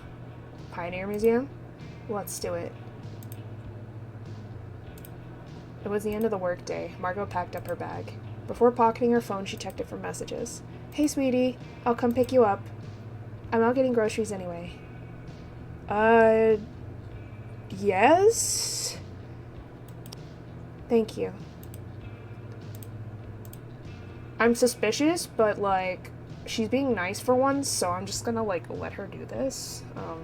Inside the car, Margot stared out the window. I don't want to make her mad by saying no and her go back to being pissy again. She was still unsure if accepting her mother's offer was the right choice. Danny loved having you girls over the other day. Great. How was work? Fine. Are you still enjoying it? Yes. It's so lucky you heard about the government program. Yes. Well, speaking of, we still need to pay off your tuition, right? I started counting out the loose change your father and I collected over the years. I should be able to take that to the bank tomorrow. Margot snapped out of her stupor. Thank you. I should have enough at the end of the summer, though. Nonsense. You'll need that money for other things. I was just sitting in the shed anyway. Happy to see my daughter off to college. Margot didn't know what to say. It was very generous of her. She continued looking out the window. She knew if what she said the wrong thing, the mood would sour. She had to sleep, her whole body itched. Her arms and hands stuck to the sheets. Was it sweat? Was it blood? With that little energy she had her palm to her face. The room was too dark to tell. All she could do was sleep. Sleep. Her body falling into the bed, heavy, sinking, unable to move. The crushing weight of her own ribcage against her lungs. Felt like she was being restrained, pinned down and crushed until her behavior improved. She couldn't breathe. Why don't they care if she can't breathe? Damn. Margot didn't get much sleep in. She should have used the medication CD, read a book, did anything, or meditation CD, excuse me, did anything but let herself spiral yet again. All over, her body was still sore from how tense she was last night. First, she struggled to fall asleep with how much her heart was racing. Then there was the intrusive memory of when she last saw the ghost. The memory of that inescapable room that the ghost filled with its flesh and blood. In her mind's eye, looking around, she was by herself to face the ghost. Beck had left her there alone. When Margot asked about it, Beck insisted she couldn't remember. Margot knew it was a lie. Clara had expressed her doubts about Beck. It made Margot wonder, what all did their blood bond entail? Could there be anything else going on? Was it worth confronting her about it? Margot was nervous. She got in the car with Beck. I'm happy to see you. How are you? I didn't sleep very well. Oh no, it's not. No, I think it's just insomnia. That's still no good. It's okay. Beck leaned over to Margot. Can I kiss you? Margot's face felt warm. Of course. Beck grinned. She came closer and placed her hand on Margot's shoulder. Margot turned towards Beck. Beck dropped her hand and leaned back. Hey. What's wrong? What? Beck started driving. You seem off. We can go to the museum another day. If something's wrong, we can go somewhere else and talk about it. Or if you need time alone. No, it's fine. Come on. I don't want us to go out if you're unhappy. Beck was silent, waiting for Margot's answer. Ask her. I keep thinking about the last dream I had. Where did you go? Clara keeps saying stuff like you're not human or something. I feel like you never quite gave me a straight answer about that sort of thing. Beck was silent. She briefly glanced at Margot before turning back to look at the road. Margot couldn't figure out her expression. She only then realized that maybe she shouldn't have mentioned it while Beck was driving. While Beck was in full control of where they were going. Margot. She could feel her hands shaking. What if I was a vampire? Huh? Didn't I ask you that when we were little kids? I think so. At the time I was trying to trick you into thinking I was a vampire. If I made you think I was one, you'd admit to me that you were one too. Well, what would you do?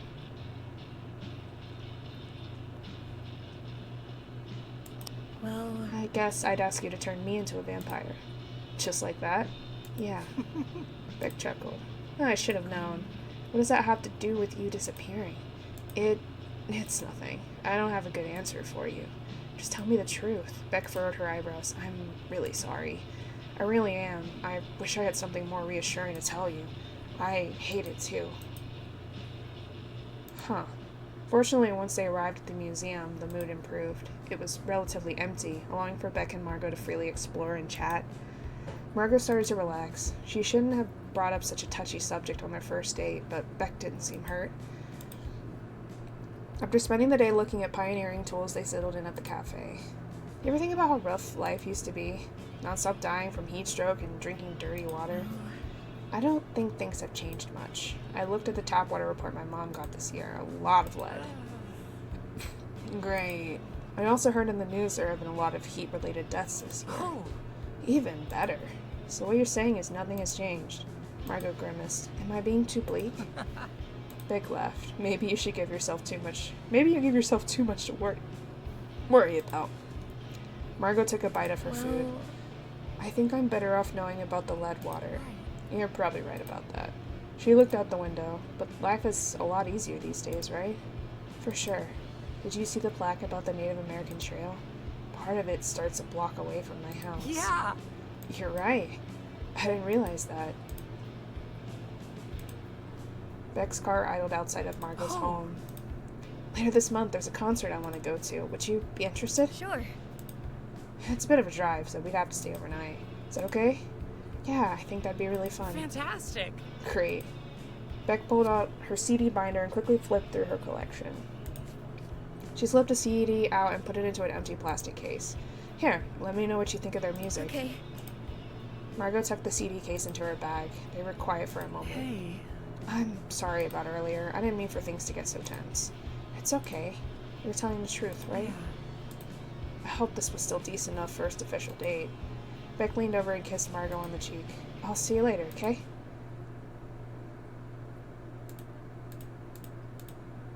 Is it another memory thing? Show me your memory. I saw the woman one of a man?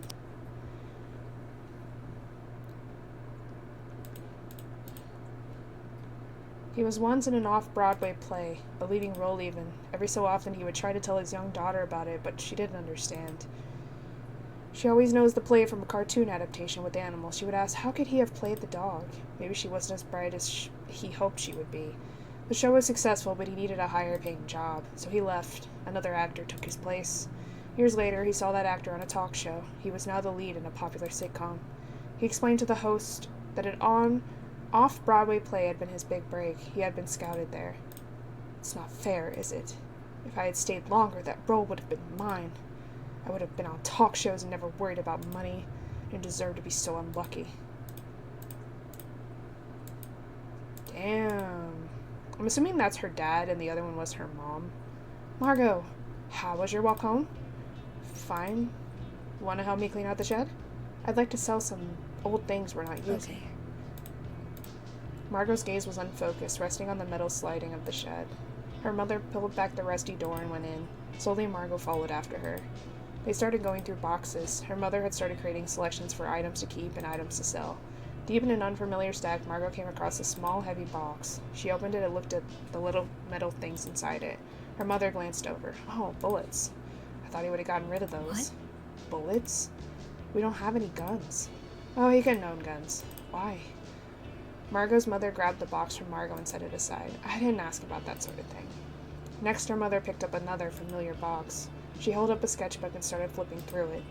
He was such a talented artist. We really take after him. Margot frowned. I hope you can use his paints in school. Yes. She continued flipping through the sketches, eventually reaching the centaur. She paused to regard it for a moment, then laughed to herself. He had such an imagination. Margot shivered. He'd read those books about Caligula, all sorts of things. Make these drawings. You've seen his magic book, right? I remember for a while he talked about trying to make an amulet in it. I think he had a uranium for it somewhere. Uranium? Her mother shook her head, still smiling. He had such an imagination. Margot turned away, keeping herself busy with another box. After a couple of hours, her mother seemed satisfied with the stack of boxes she's created. I'll take these to Danny's tomorrow. Did you want to come? No. No, thanks. Exhausted from rummaging through the shed, Margot sprawled on the couch for a moment. She picked up her phone from the coffee table. A new text from Clara. Meet me in the park. Meet me in the park. Sorry. She's more sophisticated. I'm sorry. The text was only from 10 minutes prior, but she assumed Clara was already there. She tucked her phone into her pocket and got ready to head back out.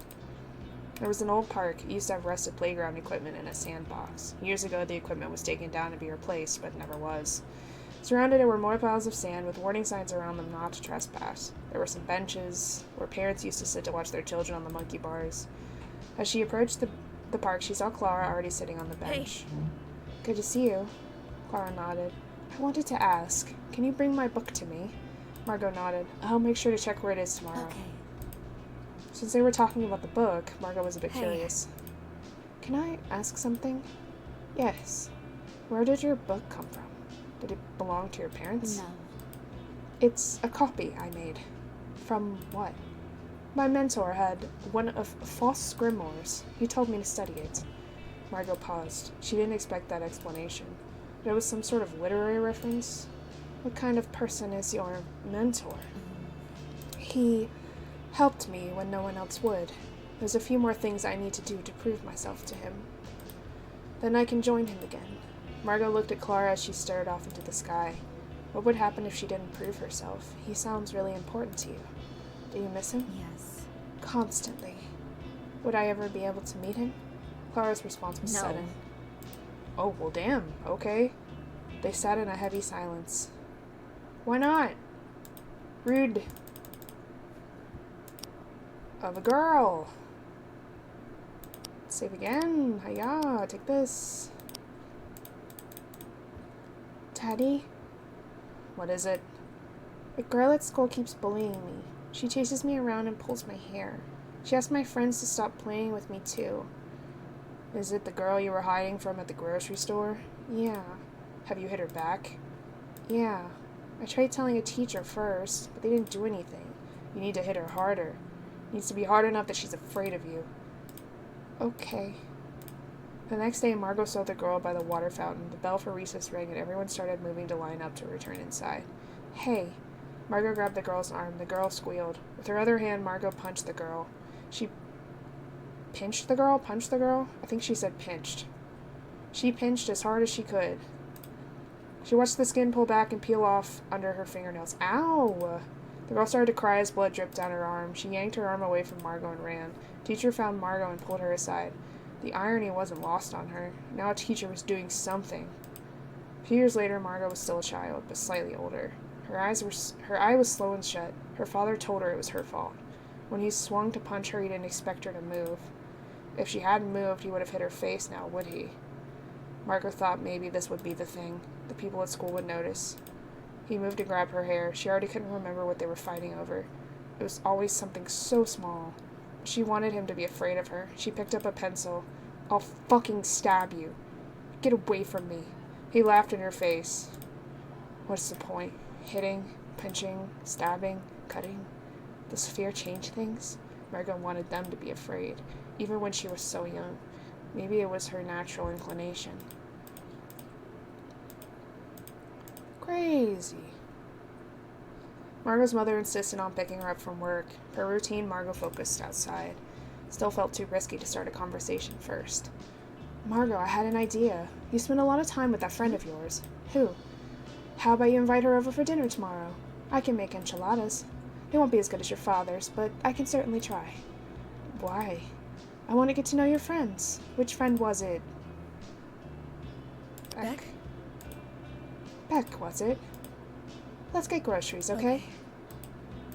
Okay. They drove for a bit on the way to the store. Margot looked over the expanse of undeveloped desert. The neighborhood became more sparse.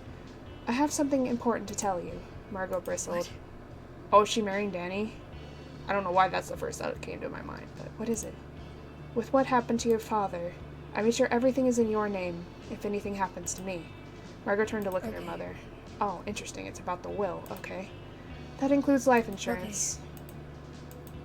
Her mother had a strange smile on her face. You aren't going to kill me for the life insurance money, are you? What? What? Why would you ask that? Her mother laughed. I know how violent you get. I had a coworker who did that, you know. She killed her daughter for insurance money. One day she skipped work and drove her out to the desert. She said there was a surprise for her and told her to get out of the car. She ran her over. Please, I don't want to hear about that. I always thought she had these big, unnerving cow eyes. Margot turned away again, hoping the conversation would end.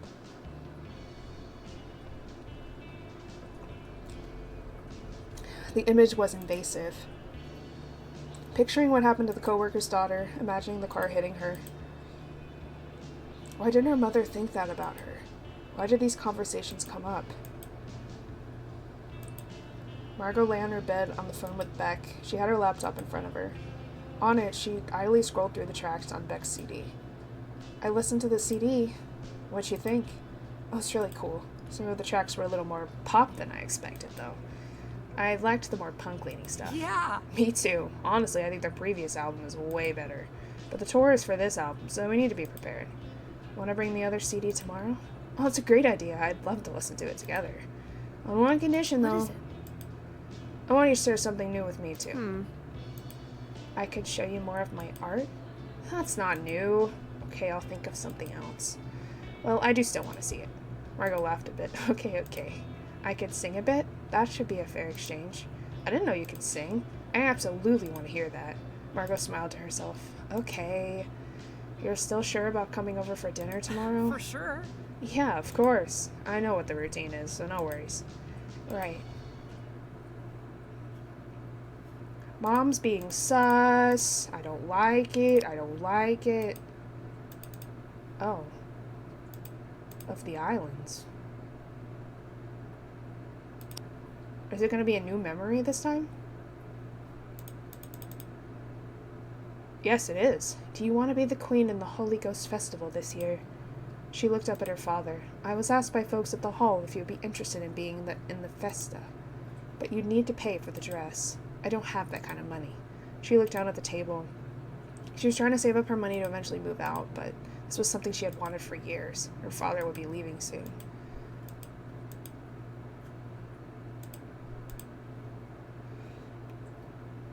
Margot answered the door, sliding it open to let Beck in. Margot's mother glanced up from the television to see who it was. Once Beck was in view, she sprung up from her seat. Oh, Beck, how nice to see you again. Oh, Yeah, nice to see you again, Mrs. Silva. Come in. Is there anything you need?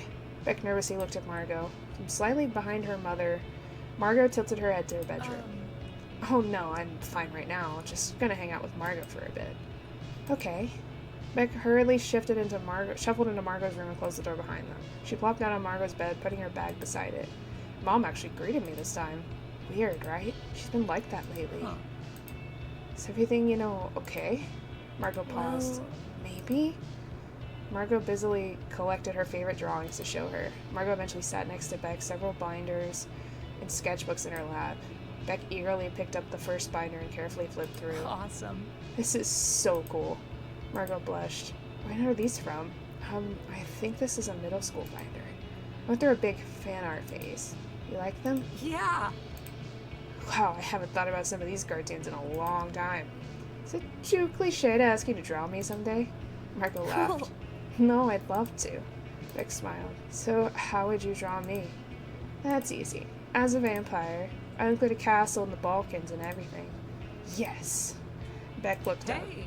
Oh, by the way, does your mom know that we're dating? Is it okay that I'm staying over? Margot grimaced. No. No, she doesn't know. I didn't know how she would feel about that. I kinda want to avoid making any waves until the summer ends. Yeah. Beck seemed to frown a little. I think my dad thought something was up. Whenever gay marriage came up in the news, he'd ask me a bunch of questions about it. When I had a boyfriend, my parents insisted I was going to get pregnant and ruin my life, so... I could still ruin your life. Marco laughed. You're going to ruin my life. I could give it a shot. Please don't teen pregnant me. Beck laughed. Margot nudged Beck. Seriously, if anything, I feel safest when I'm with you. Really? Yeah. Yeah, I mean, I know you don't remember anything, but I still think you kept me safe from the ghost. Without you, I don't know what would have happened. Beck blushed. Margot wasn't used to seeing Beck get flustered. She leaned forward and kissed Beck on the cheek. Beck's face only turned a deeper red. After a moment, Margot's mother shouted for them to join her. Beck and Margot sat in the living room on the couch, with Mom's mother on the recliner. Danny really enjoyed having you girls over the other day. Sure. Happy to hear. It was quiet. Well, food should be done soon. Margot's father was much more of a chef than me. Do you remember when he tried to make mole enchiladas? Margot couldn't help Yeah. smiling. It was way too sweet. The sauce had way too much chocolate in it. Huh. Did he use a chocolate bar or something? I think it was the first thing he cooked I had to throw away. Her mother laughed. Don't worry, I used a tomatillo sauce today. After a while, the meal was ready. The television played in the background as they ate. How is it, Margot, compared to your father's? It's good. You know, your grandmother never cooked for me growing up. You're lucky you have parents that will cook for you. Jesus, Mom! She turned her attention to Beck. Beck, have I mentioned that you look familiar? You haven't. You look just like a little friend Margot had in kindergarten. How weird. After dinner, they returned to Margot's room. The sun had set. Margot hadn't turned on the lights yet. If anything, she enjoyed the dark and the fresh air from her open window. She could hear the dull sound of the television still playing in the living room. Beck sprawled across Margot's bed. Margot sat next to her, leaning against the wall. Beck breathed a sigh of relief. At least dinner was uneventful. Yeah. Hey. I need to register for classes soon. Want to do that together sometime? Yeah. Of course. I'm sorry I've been so busy. That's okay. What do you do? Are you working too? Is that okay to ask? It's fine. I've been helping my mom with research for work. She thought it'd be a good way for me to see if I'd like being a lawyer. Oh, that's really cool. Yeah, I really appreciate her doing that. Beck looked up at Margot. Can I ask you something? Sure. Do you consider yourself gay or... I mean, she was dating Lee, so I'm assuming she's probably bi? Margot looked away. I'm not sure. I'm probably bi, I guess. I think you're really attractive. But you know, I did have a boyfriend. He was the first person that asked me out, so I felt like I was supposed to agree. I liked him at the time, so I don't know. I definitely like you much more. Beck scooted closer, putting her head in Margot's lap.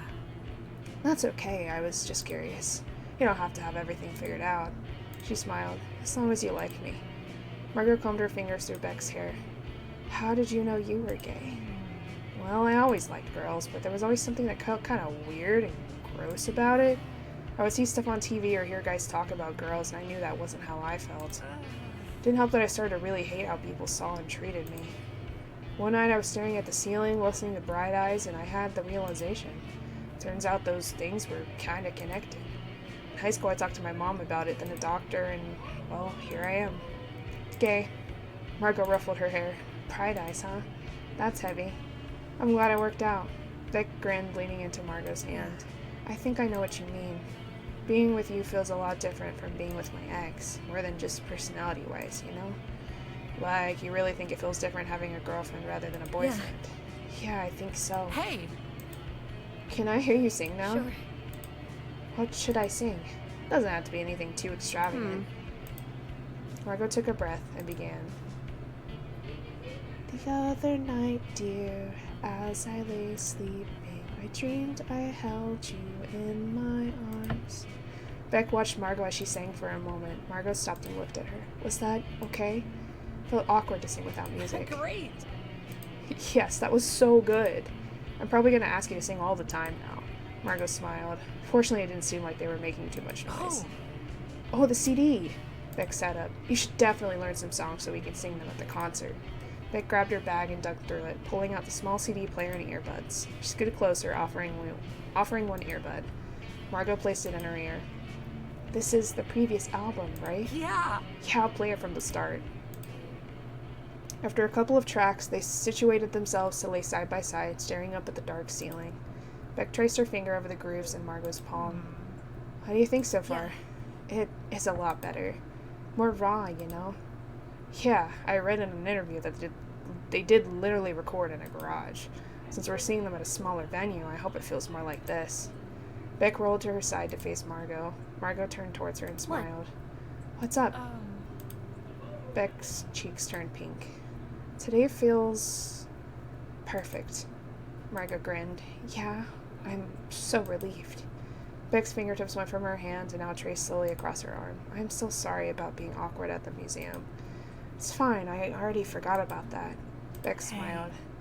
You know, all week I've been just really happy, thinking about you.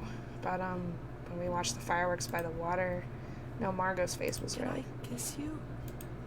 Margot scooted closer. Yeah, of course. You don't have to ask every time. It'll take some time to get used to that. Beck leaned closer, pressing her lips to Margot's, her hand still lightly running the length of Margot's arm. Now the light touch made her shiver. Maybe it was the music emboldening her. Maybe it was the mood. After waiting all week for time alone, Margot wanted more than a chaste kiss. She placed her hand on the exposed part of Beck's back. Beck gasped a bit. Oh, whoa? Her hand slowly slid up past the hem of Beck's shirt, gently following up her spine. Beck's lips parted with another small sigh against Margot's mouth. She tilted her head, lightly grazing her teeth on Margot's bottom lip. Oh, whoa? Oh, whoa? Okay, if this gets too much further, we're gonna have to press her knee between Margot's thighs and tangling their legs together. Margot wasn't sure at what point the CD stopped playing. Okay, there it is. I was gonna say, if it went any more farther than that, I was gonna have to, yeet us to lead us for a second until it stopped. Slow down, this is a family show, slow down. Beck propped her head up on her hand. She looked at Margot. She was still asleep. Beck twirled Margot's hair between her fingers. She kept thinking about yesterday, what Margot sang when Margot kissed her, feeling of her hands on the bare skin of Beck's back. Her heart beat harder in her chest. Beck wondered, could it actually be as perfect as it felt? Was it right to let herself get close to Margot? There was something deep with her that skirted the edges of her memory but avoided detection. The moments when she'd be in a cold sweat, sick to her stomach, unable to remember what she was doing or why. All she knew is that something malicious wanted Margot, but she didn't know if she could stop it. It tore her up inside that she couldn't even talk about it. The consequences were too much. Margot's hair slipped away from Beck's fingers. Margot yawned. She rubbed her eyes. Morning. Hey. Were you watching me sleep? Why would I do that? Yes, I was. Margot smiled, closing her eyes again. Beck kept looking at her. Can I kiss you again? Margot sleepily patted Beck's arm. Remember, you can kiss me anytime. She smiled at Beck. You know, I thought you were more bold. Beck blushed, feeling defensive. And since when have you been so forward? Margot stretched. Touche. Margot sat up and looked at Beck expectantly. Neither of them moved. Beck's expression changed. She shifted her weight to sit up more. Well, If last night wasn't enough, she gently put her hand on Margot's shoulder. If it's what you want, I'll be more bold. Margot gulped, suddenly nervous. In her head, she went back and forth, deciding if she teased Beck too much. She put her hand on Beck's knee. It is. Beck moved closer to Margot, nestling her face next to Margot's neck. Margot felt herself breathing harder with anticipation, wanting her lips against her skin. The tingle as they brushed against her when Beck whispered, Only if you can be more forward, for me. She leaned back a little, her face inches away but still frustratingly far. Kiss me first. Margot met her gaze. The house was quiet, the TV was off. At the back of her mind, she worried about being caught, how much yelling there would be.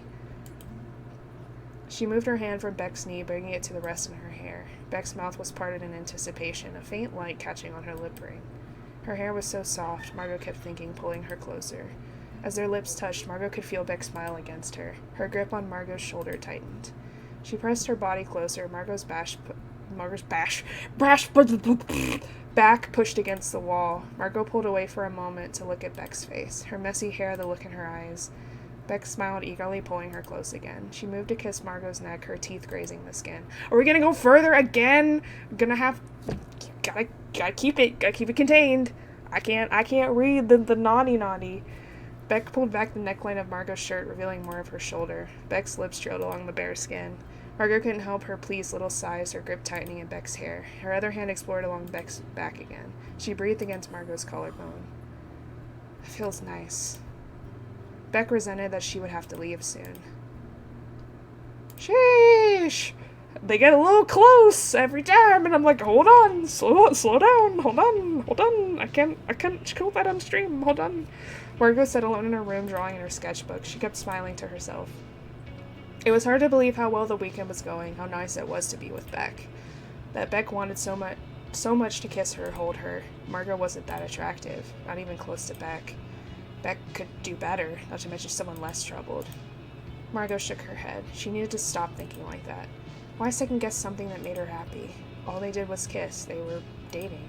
Everything was normal and fine. Her phone buzzed. Do you have time to look at college stuff together this week? I have Tuesday off. Yeah, let's do that. Meet at the cafe? Sure. Want to bring Beck too? Yeah, I was about to ask if I could. There was a knock at the door. Can I come in? yeah. Her mother entered. She was holding 2 books. Margot froze. So I looked in your yearbooks. I think I was right. Beck is your little friend from kindergarten, isn't that right? I remember taking you on playdates to see each other, and then that family moved shortly after. And the way the mother talked about it, it sounded like they didn't like the friends their child was making. That young and kissing, touching each other's blood, really worried them. Now your little friend is confused. Her mother shook her head. What if they have to move again? That poor mother. Oh, and I found this Bible. Is your little friend taking you to church? You know I don't like those people, especially after they told me they would drive you to church with Nikki. Not asked, but told. You don't have the money to give to them every week. What? I'll hold on to this. Margot stood up. I'm not going to church. I need that back. Why? It's covered in writing. You can barely read it. I thought it was cool. It was at a thrift store. I'm sure there's another one you could buy. Her mother left the room. Margot felt helpless. Panic swelled in her chest. She had snuck things out of her mother's room before. Something felt different.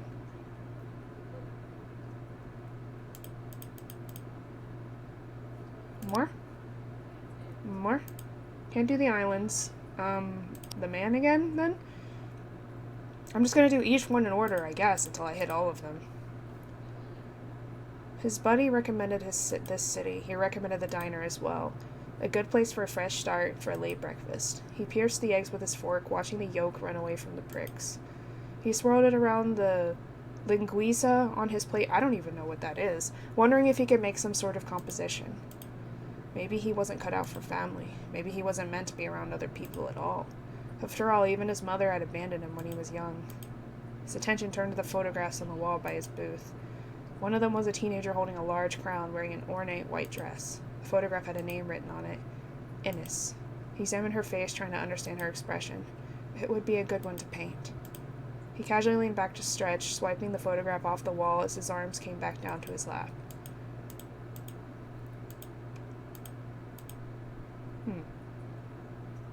After lunch, Margot stared at her computer screen. She tried to type, but it was difficult to string 2 sentences together for the newsletter. Instead, she kept trying to make a plan. She had to get Clara's grimoire back. She couldn't believe she lost track of it in the first place. Why had her mother been in her room? Was anything else missing? How could she not even be responsible enough to take care of one book? Maybe she could keep things at Beck's? Margot dreaded the thought. She didn't want to be a burden to Beck. Margot wanted Beck to feel the same easy happiness that Margot felt around her. Her thoughts went round and round. All she was a burden. Margot knew her mother would have a late work shift today. This was probably her best opportunity to look. Look in the bedroom. Even though she was sure her mother wasn't home, Margot knocked on the door. Silence. Slowly she turned the doorknob. Sure enough, no one was in the room. Margot allowed herself to exhale. She scanned the dresser top, then carefully checked each drawer. Nothing. She opened the closet door. It looked largely the same as when looking through it for photographs with Clara. Except for one thing. The ashes weren't there anymore. Margot closed the door. Where else was left? Margot glanced at the bed and kneeled down next to it. She peered under the edge of the frame. Nothing. I guess look in the shed then. Margot grabbed her house keys and went outside. She was starting to get sick at the shed. At this point, she'd searched through it so many times, the spiders had given up repairing their webs around the entrance. The empty metal cans that used to contain spare change were now stacked in the corner. Looks like her mother did take the change to the bank after all. She glanced around. Other than the cans, the shed looked untouched from the last time she saw it. Even the same dusty fingerprints. She shook her head and turned to go back inside. Had to be somewhere. She could go to the pawn shop and ask Danny. Was there anywhere else in the house? Margot looked around her room with the increased fervor. Her mother had been unusually nice lately. Maybe she felt bad about taking it and put it back. She threw open every drawer, finding nothing. Then she slid open the closet door. It slammed against its frame and bounced back, halfway closed. No grimoire. Could it be in the trash? She rushed to the kitchen. With one hand, she covered her nose with her shirt. The other frantically dug around, trying to ignore the ants skittering across bits of old food. Nothing. She washed her hands, trying to think of anything at all. Maybe it was in the trash outside? Margot grabbed her bag again and went back out. Her hand was already itching from fresh bug bites. Outside, she cracked open the trash bin lid. It was empty. She gritted her teeth and left Danny then. Sorry, kiddo, that's confidential information. What do you mean? I'm fine with buying it back. Well, if Innes didn't want to sell it to you in the first place, that's her business. It was mine. It wasn't hers to sell. It doesn't work that way. Her house, her rules. This was a waste of time. She doubted the book was here anyway. Margot turned to leave. Guess I hit a nerve. It took all her strength not to slam the door on her way out. Margot stared at the ground. Clara needed that book. She used to be bound to it and had all her notes in it. What would happen to her if Margot couldn't find it again? The way Clara talked about her mentor, what would he do? All Margot could do was go back home. She dragged her feet along, glancing in each shop window as she walked. Maybe a part of her hoped the book would simply appear. Clara? Clara stood next to the register of the New Age store, chatting with the owner. How did they know each other? Clara used to be more transparent about her going-ons.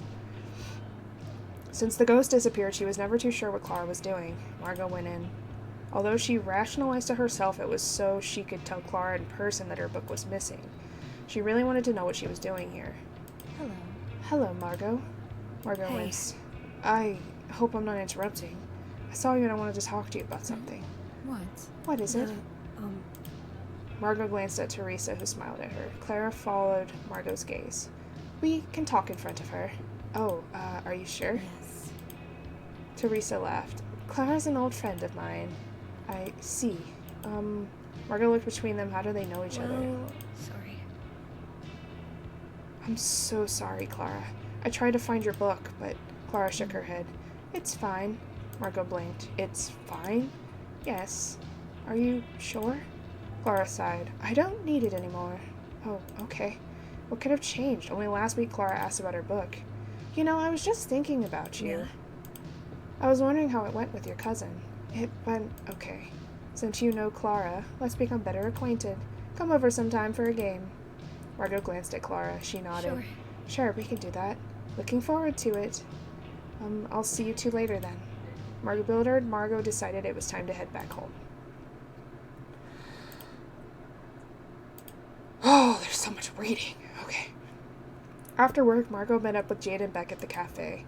Jade and Beck waved her over to the table, their laptops already open. Margot sat down and took out her own laptop. You ready to find a roommate? Sure. As ready as I'll ever be. Jade nodded. Did you already sign up for classes, or do you still need to do that too? Yeah. I did it the second I could register. Same. That part was so easy. Beck rested her head on her hand. I don't know how you two have everything done already. Jade gasped. You haven't signed up for classes? They're all going to be on wait lists. Beck groaned. The wait lists are already full. I'd have to rethink my schedule 4 times already. Why did you sign up as soon as you could? Beck tapped on the edge of her keyboard. I'm nervous about college. Margot nodded. I understand. Me too. What do you have to be nervous about? I don't know how I'll compare it to college level. Jade laughed. What's funny? You, of all people, saying that. Teachers use your homework and tests as examples all the time.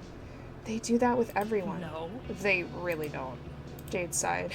If we were all going to the same school, we could have rented a house together.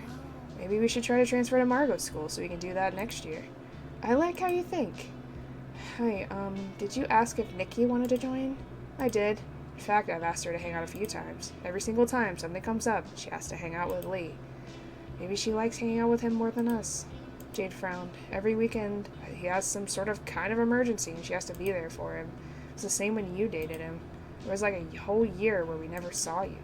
Margot looked down at her computer, shame creeping over her. Beck coughed. Hey. Do your universities also have a weird dating site for roommates? Yep, sure does. I had to fill in a bio, photos, my habits. Me too. Same. Beck furrowed her eyebrows at the screen. I really should just rent an apartment. I don't want to deal with the logistics. My university doesn't let freshmen live off campus, but maybe I could get a single room? I'm determined to be brave. I will find a roommate. What's been making it hard? I want a room with someone I can be friends with, and can tolerate me practicing in the room. You're pretty good, so it's more like serenading than practicing. See? It'd be so easy if we were going to the same college. Not everyone sees it that way. Margot, you used to be into horoscopes. Do you think we could find roommates using that? No, I don't think they're reliable. What would it say about us as roommates? Well, since you're a Libra, we could be roommates. Libra and Aquarius are supposed to get along great. Margot's an Aquarius? Me too! That makes so much sense. I do relate to her quite a lot, actually. Oh, what about me? Well, You're a Scorpio, right? Yeah?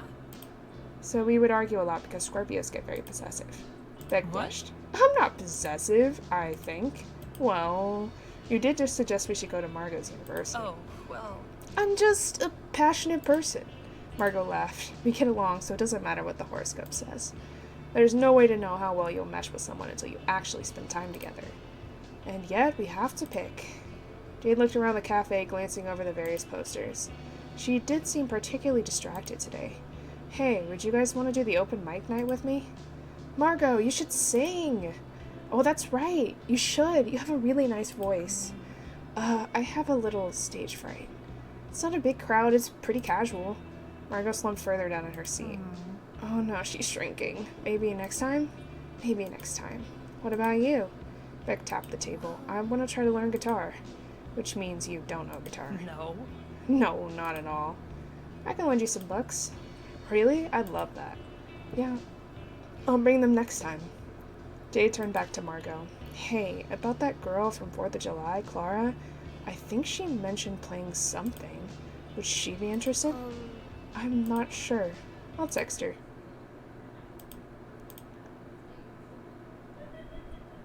Tonight, Margot was free, so she could dedicate some more time to finding Clara's book. Clara said it was fine, but something was off. Her phone buzzed in her bag. She leaned over to peek at it. A message from Lee. Margot rolled her eyes and set her phone to silent from the remainder of the workday. I would have blocked his ass so long ago. She heard of people praying to St. Anthony or using dowsing rods to find lost items. Would something like that work? Maybe there was something in one of her father's books? Her father's books. She remembered when she first saw Clara's grimoire reminded her of her father's books in the shed. In middle school, she would occasionally look through one, occupying herself with a chapter on palm reading. Maybe there was a chapter on dowsing? She sighed. She always had to steel herself before she could look through her father's things. She tumbled through the book. Fortunately, it was easy to find, with no surprise clippings or drawings falling out today. Of course, a book about palmistry and gambling charms would be the most normal thing she could find in the shed. Why did her mother take the grimoire? Why was it so important to her to keep anything religious out of the house? The way she talked, Margot would assume her grandparents were religious and her mother was trying to avoid that. From what little she could remember about them, they weren't. Beyond that, there were precious little that Margot knew about her mother's life. When Margot was younger, she would try to talk to her about mom things. She was completely honest with herself. They were conversations she saw on her mother's favorite television shows. Homework, periods, her future career, boys. None of it cracked her veneer. Nothing warranted any sort of reaction or response. The past couple of weeks had been strange. The most she had ever seen her mother talk or engage with her. It wasn't always positive, but it was something. It felt good. Nice to have her respond in kind when she talked. It made Margot feel like she existed to her mother. There, a chapter on dowsing. As a first step, she could make a chart of possible locations for the book and see where the pendulum pointed. She had some old jewelry that was the right shape. The book recommended using an amulet from one of the previous chapters. From there, she could use it to play a game of hot and cold. It was straightforward enough. She thumbed to the end of the chapter. This had been surprisingly helpful. It'd be nice to bring the book back to her room, but that risked her mother taking this one away as well. She could look at it more before going inside. Yeah, sure. She couldn't help being curious about what else was in the book. She skimmed some more, seeing if anything caught her immediate interest.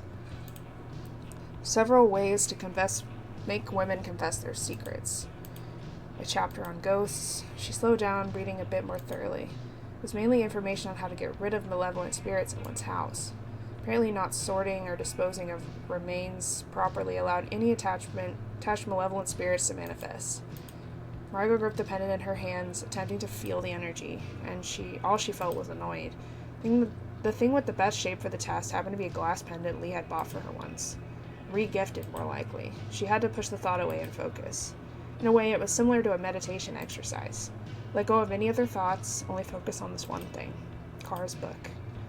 Where was her mother keeping it? Where could her mother have taken it? On a piece of paper and pen, she drew a half circle divided into sections. In pencil, she wrote in some starting possibilities to narrow it down. Home, pawn shop, landfill, other. After a moment of getting her feelings to be neutral towards the pendant, she let it dangle over the paper. It's hard to tell, but...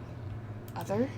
Already off to a bad start. She placed it down, wrote her previous options off to the side, and erased them from the sections. Maybe I can do parts of town? Neighborhood, shopping center, downtown, outside of town. She sighed, hoping it was anything but outside of town. Okay, here goes. She dangled it from her head again, watching its erratic movements slow down into a consistent swing. Consistently swinging towards the shopping center. Again, she wrote and erased the options. There weren't a lot of stores in the shopping center. The pawn shop, the New Age store, the cafe, other, another round of dangling. Somehow the pendant felt more uncoordinated than before. Was it because she was getting too annoyed with it? The other times it was so clear-cut. It seemed to bounce on its cord as though it was elastic. Margot relaxed her grip. She had to let her mind clear, stay neutral, believe that it'll point in the right place. Any answer was fine. Other was perfectly fine. After a moment, the pendant relaxed, falling into a more steady swing, still seemingly swaying between every option. Then it relaxed into a rhythm. It swayed back and forth. That's weird. The New Age store? Why would it be there? She could meet up with Clara tomorrow and ask. She opened her phone and dismissed the unread messages reminders from Lee. Had he been messaging her all day? That could definitely wait. Can I talk to you at the library tomorrow? Margot stared at her phone, waiting for a response. It was pretty late. Maybe it was unrealistic to expect Clara to respond immediately. Her phone lit up and buzzed with a new text. I missed the way it felt to hold you. Oh, Jesus Christ, Lee. Margot furrowed her eyebrows in disgust. The unread message reminders were back. She had several unread texts from him without only being the most recent one. Hey, I was just thinking about you. Sometimes Nikki talks about stuff we used to talk about.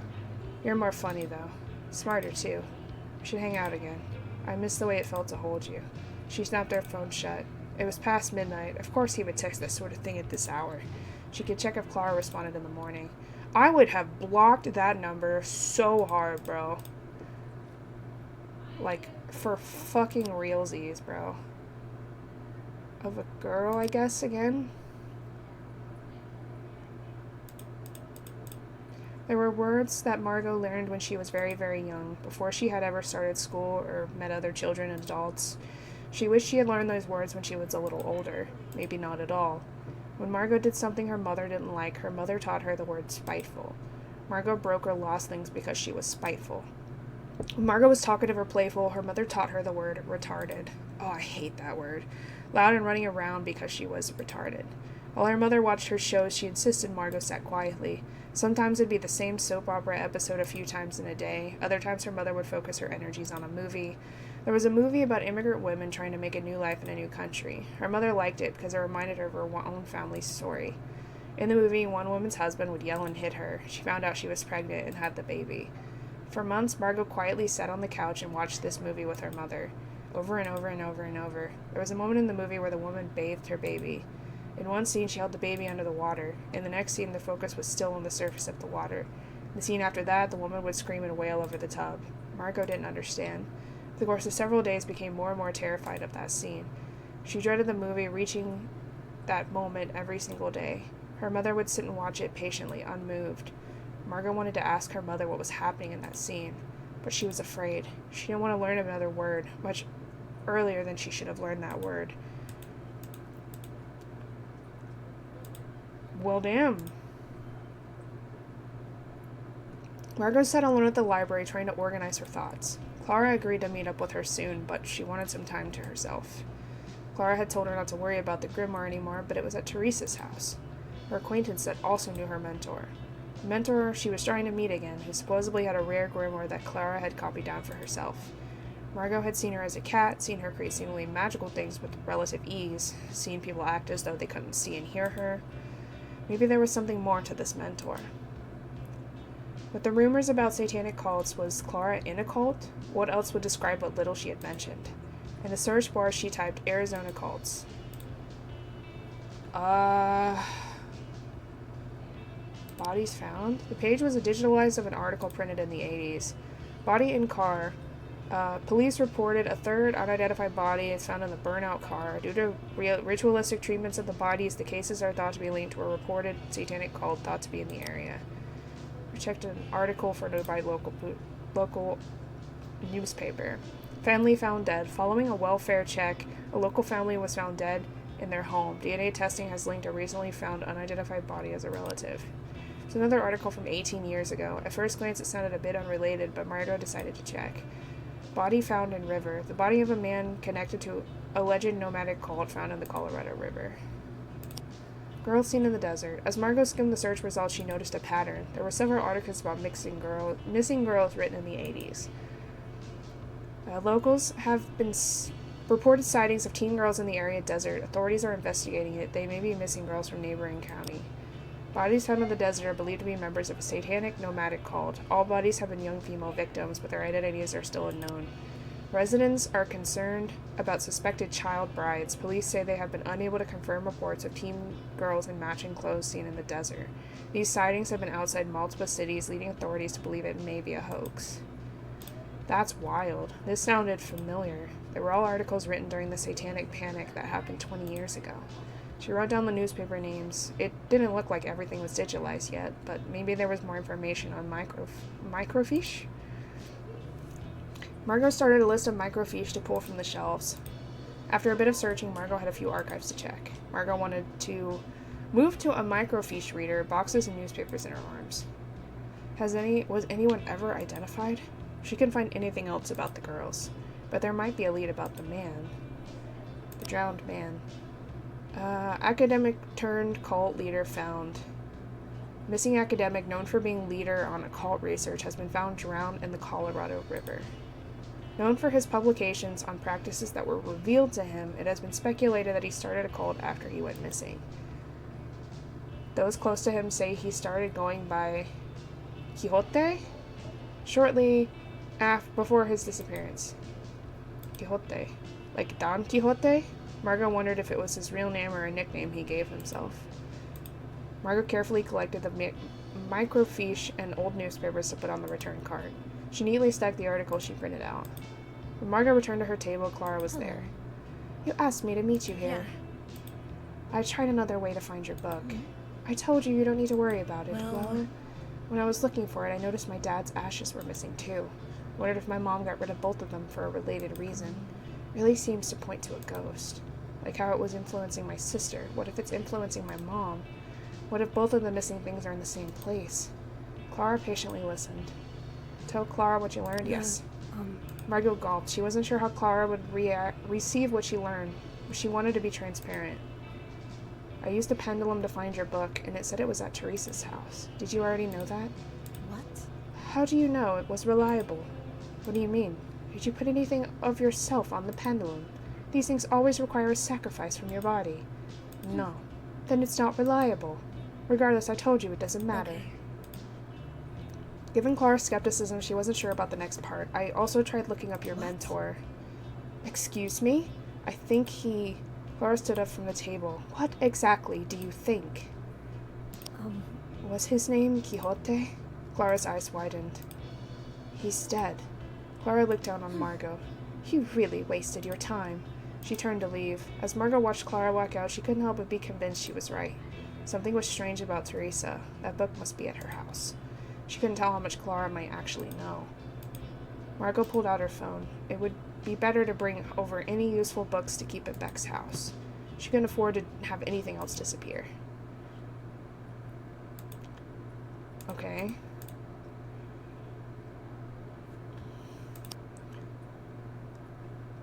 How many of these memories are there? Like 3 of each? It has to be at least 3 of each.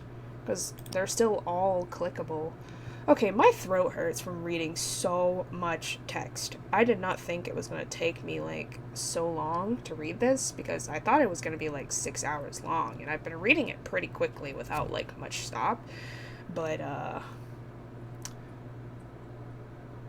we're getting around the 6-hour point, if not further than that, and I'm still not done. So, I'm not sure how long this is going to take, but I'm going to take a break to rest my throat, which is burning, and get some food because I'm starving. And I'm going to come back here after probably a good 30 minutes.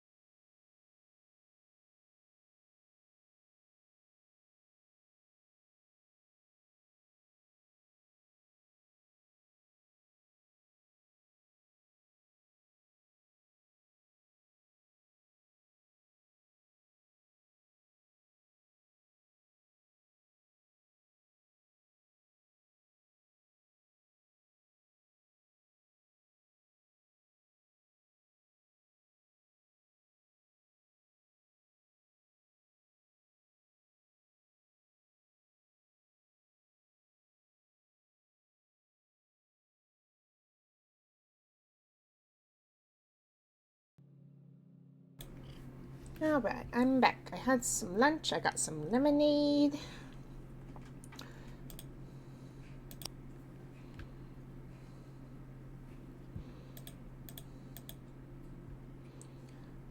Mom, can I ask something? What?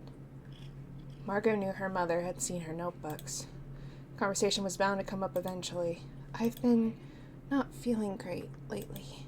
I think I'm depressed. No. You want me to spend all of my money on medication? No. Nope. That's definitely not happening. No, I just wanted to ask. What? And we lose the house? Your father's medical expenses are enough. Ask to take it easy on me. You're always asking for new ways to spend our money. Please just listen. I don't want... And now you're yelling at me? Look how you treated us. You think your life is really that bad? You have a roof over your head. I didn't even get that when I was your age. I had to live on the street. Foster parents who wouldn't feed me. You really think that's reasonable? I can't be unhappy because I'm not homeless? What am I supposed to do then? Give up. Give up? Give me a turn. Give me a body. I'll make better use of it than you ever did. Damn. Okay. She said what she said. Goddamn. Hey, sweetie. I didn't see you leave work. Where are you? Come home soon. Hardly spend any time together anymore. Gee, I wonder why that is, Mom. Let's have more family time before you go off to college. Will you be home for dinner? Hey. Is everything okay? Your phone's blowing up. Margot sighed, switching it to silent. Yeah, sorry, my mom keeps texting. Anyway, thanks for letting me come over with the books. Are you still okay with me keeping them here? Yeah. Yeah, of course. Margot and Beck sat on the bedroom floor, Margot's bag between them. Margot pulled out a small stack of books. Something happened? You were kind of vague over text. My mom went through my things. She did something with Clara's book. Well, shit. What did Clara say? She was surprisingly calm. That's strange. Has there been any other stuff? Well, almost daily I keep having these intrusive thoughts. I don't know if they're dreams, daydreams, memories, or what. It's not always stuff that's happened to me. Sometimes it feels like someone else's memory. I see. She folded her arms and looked down at the floor. Her brows were furrowed. Sounds like when the ghost possessed your half-sister. Put you in her memories, right? Your mom has been acting bizarre. Exactly. Margot leaned back against the wall, staring down at the books. I'm hoping there's some kind of hint in here about what to do. I used one of the books to douse for Clara's stuff. Beck picked up a book and flipped through it. So these are your dad's? Yeah. Huh? What is with this guy? Margot picked up the magic book. She loosely flipped through it. The book binding seemed to be broken in one particular spot, making the pages flop open. It was a chapter she had skimmed before about properly getting rid of remains. Considering the missing ashes, maybe there was something to this. Margot leaned forward, digging around in her bag. What's up? I need to check something. She pulled out her notebook and pendant. Do you want to look through the other books while I do this? Sure. Yeah, sure. Beck grabbed another, slowly flipping through it. Margot wrote down the locations that felt the most obvious to her. Her home, Teresa's, or somewhere else. She warmed the pendant in her hands. Clara mentioned it needed a sacrifice from her, didn't she? Something from her body. She ran a hand through her hair, collecting loose strands as she tied around the pendant. With that done, she hung it over the paper. Maybe it was her imagination, but this time it seemed to quickly settle into rhythm. The pendant reliably swayed towards Teresa's, same as the book. Why? I don't know. Was it like Beck thought? The ghost seemed to manipulate Helen. What if it's controlling her mother now? But how did Teresa factor into that? Was she also being controlled? Why would the ghost need these two items? Did Clara really not know these things were hidden under the same roof as her? Huh. Was your dad really into good luck charms? Why? There's a ton of stuff about making charms. Margot leaned over to look at the page Beck had opened. In the margins were small drawings and notes about in-progress work. She hadn't seen any charms in her father's old things. My mom mentioned he wanted to make something, but I didn't find any. Weird. Hey, what was that thing you were doing? Oh, that. I was dowsing, Did you ever meet the lady who runs that New Age store? No, why? Clara's staying with her. And I think her book and my dad's ashes are there. Oh, Clara's staying with her. That makes sense why it would be there. I was like, why the fuck would it be at her house? That makes sense. What? So Clara stole back her book? Why? I don't think so. I talked to her yesterday and she didn't seem to know anything. You told her it's there? Yeah. Of course I did. She believe you? I'm not sure. Whoever that lady is, her and Clara are working together and need your dad's ashes. Beck held open the book Margot skimmed earlier. You were reading this part, right? It says here that getting rid of the remains gets rid of the ghost. But now they have the ashes? Clara wants the ghost around. Then why has she been helping me? We don't know if she's actually been helpful. She was nowhere to be found when your sister tried to drag us away. That is true. Margot went into the library and headed towards the piano practice room. Through the door window, Margot could see Jade practicing on the piano. Margot walked in. Hey, glad you could make it. Margot sat down. Sorry I'm a bit late. It's fine. I practiced with Clara earlier. By the way, it's a weekday. You had work, right? That's true. What song did you pick? Since you showed up late, it'll have to be a surprise now. I knew I'd be punished somehow. Jade absentmindedly played a section of a song Margot recognized from the radio. It always impressed Margot how easily Jade could play. As Jade played, she looked up at Margot. I thought about what you said at the cafe. About what? Nikki. I invited her to open mic. Is she coming? Yeah. Great. Oh, that's great. Yeah, it'll be good to see her there. For a moment, her fingers still went still over the keys. Can I ask you a serious question? Margot internally winced. Sure. Yeah, of course. I know you haven't brought it up, but are you doing okay? Is your mom okay? Does your family need anything? Jade turned back to the piano. It must have been obvious that Margot was uncomfortable. If you want, I can also never bring it up again. I'm sure I'm not the first person to ask about it. But I wanted you to know that I'm here for you. I've only ever lost my grandma, but I remember for Nikki, I guess we were too young to know what to do. Jade's playing slowed down. I'm sorry I'm rambling. They sat quietly for a moment. I don't need anything. Margot wasn't sure how to express her appreciation. Jade was always so supportive, but Margot felt like she could hardly muster a thank you. She put her head on Jade's shoulder. Thanks. I'm just glad you're my friend. Jade leaned against her. Me too. Jade's a sweetheart. Okay, so I'm done with the woman one, so there's 3 of each. Of a man.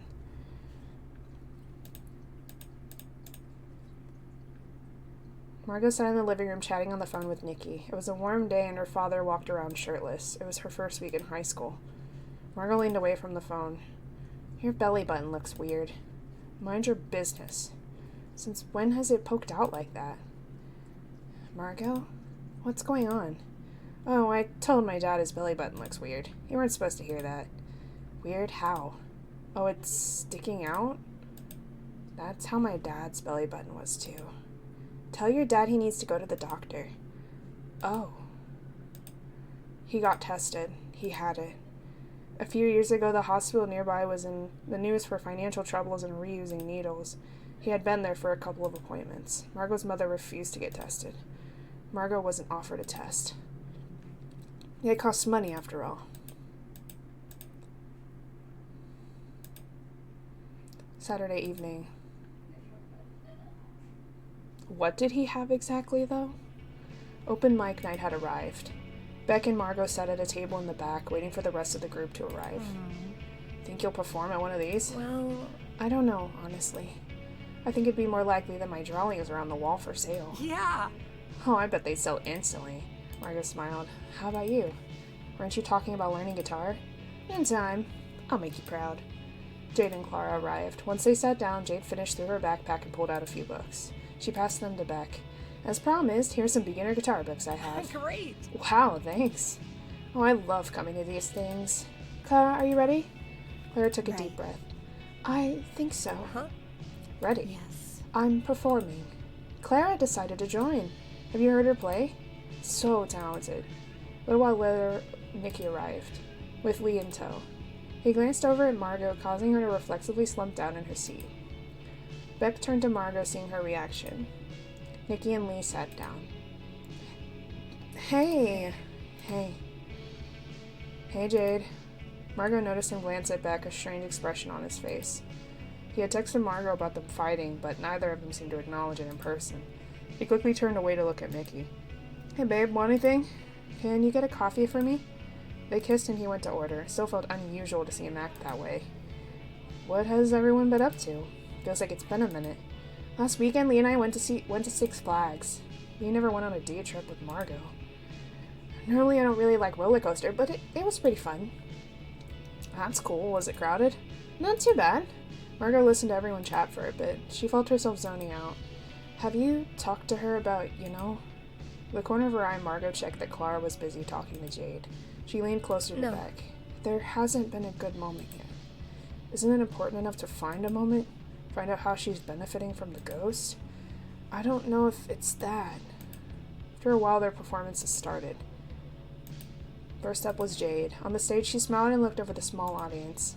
It's an original song. I hope you enjoy it. Initially, it was quite upbeat. Jade was always pretty energetic with her playing, but the lyrics were lonely. Next was Clara's turn. Jade stayed on the stage to help Clara with setting up the keyboard. Oh, I'm so nervous. You're gonna do great. On the stage, Jade smiled and looked over the small audience. Hope you enjoy this cover. She sat back down, leaving Clara to it. Clara sat behind the keyboard and began to play. Margot realized she had never heard Clara sing before. My girl, don't lie to me.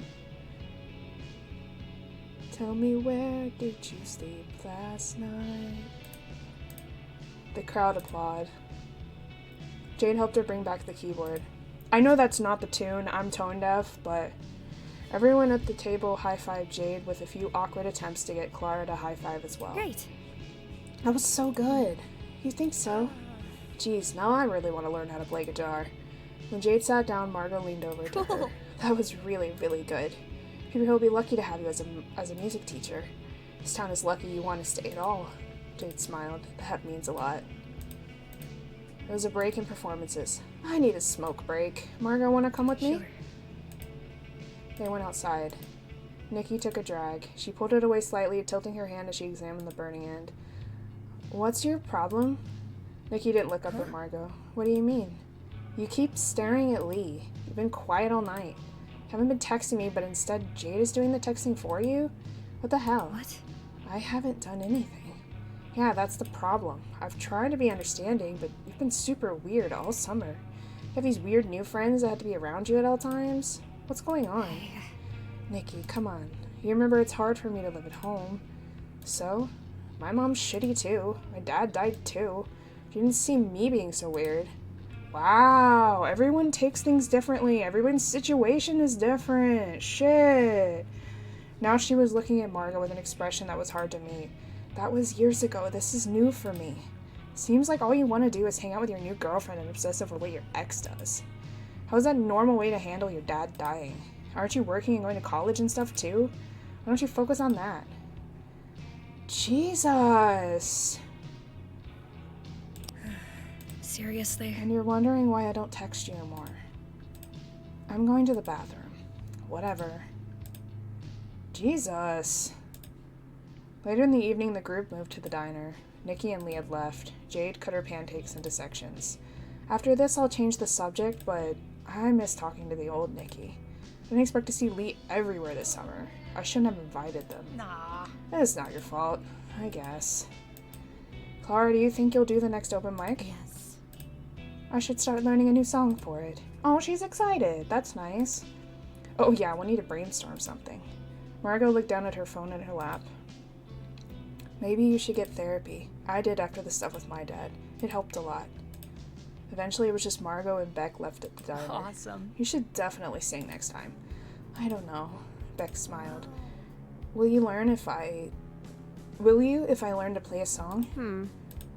That is more tempting. Yeah. That's pretty good motivation for me. Beck sighed. Better than... Clara. Well, seeing everyone excited about Clara. What? Were you jealous?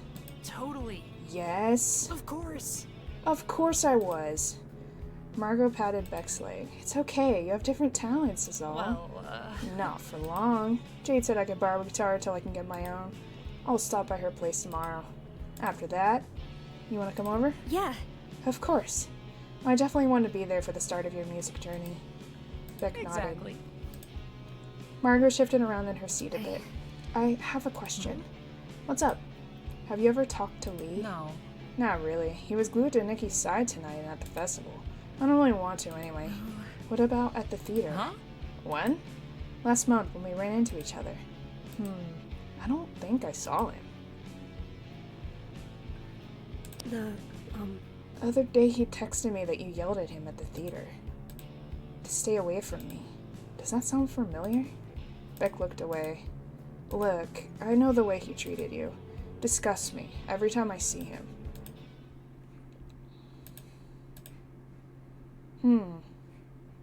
Beck sat in the garden, a guitar in her lap. She had Jade's book placed on the table next to her. Margot worked on a sketch next to her. Ugh. This is so hard. She looked at her hands. And it hurts. No one tells you how much the strings hurt. They do make you have, like, calluses on your fingers. For a long while. Margot looked over from her drawing. Your playing sounds fine to me. You're learning, right? I guess. Just frustrated. Margot nodded. Maybe I should ask Jade for lessons. You could.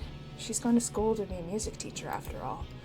Margot looked back down at her drawing. I wonder when Clara and Jade became friends. They got along pretty well at the festival. I guess they stayed in contact. Beck flipped through her book. What song would you want me to learn? well, Margot thought about it, really thought about it. She realized, I feel like I've never heard a single song in my life. Beck laughed. I can't think of any either. She strummed a bit. How about something by Nirvana? What's your favorite song? Either Sappy or Man Who Sold the World. I've only ever heard of Smells Like Teen Spirit. That's the only Nirvana song I've ever heard. Yeah. Okay, good choices. There's gotta be a sheet music for Man Who Sold the World. That was originally Bowie, right? Margot nodded. I think Jade could also piece it together for you if you can't find anything. Oh, that's a good point. Beck put down her guitar and massaged her fingertips. I think it's time for a break. She leaned over. What are you drawing? Margot quickly held the sketchbook against her chest. You'll see when it's done. Even sitting with Beck, Margot kept thinking. She kept thinking about what Nikki said to her, and about Beck not admitting that she had talked to Lee. You know, I was thinking about what you told me. About the memories you've been seeing. Feel like you've seen these when you're half asleep, like right before you fall asleep? Yeah, it's like that. The stuff with my sister was more like normal dreams, but these new ones feel like they happen before I fall asleep. Sounds a lot like when I would see things about you. Not quite dreams, not quite memories. Right before I fall asleep and my mind's wandering, I would sometimes see you. Like a scene out of a movie. What was that like for you? For me, it's been pretty upsetting. Beck rubbed her shoulder. How do I put it? It's pretty upsetting stuff too, but I looked forward to seeing you. Felt like maybe one day I could come and save you. She buried her face in her hands. Do I sound creepy or cheesy? Not at all. I mean, I know with the stuff I'm seeing that it's impossible to not be emotionally invested. When did it start for you? You've kind of mentioned it before. Beck looked up. When I was 6, 7, it was right after my family moved. That's a long time. I'm sorry. I don't have anything to be sorry about. It's because of my blood. We were kids. Besides, I've kind of liked feeling so connected to you, even when we've been apart. Hey. I'm excited for the concert this weekend. Yeah, me too. Beck gave Margot a coy smile. Do you remember the albums at all? Well, someone was distracting me. Beck laughed. Would it be a bad if I distract you at the concert too? I don't think I'd mind too much. Okay, so one more, and then the islands one, I think. Yes.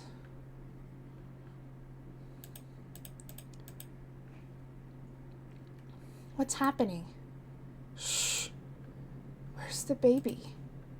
The baby drowned. What's drowned mean? It's dead now. Great, I missed what they were saying. Now I need to rewind it again.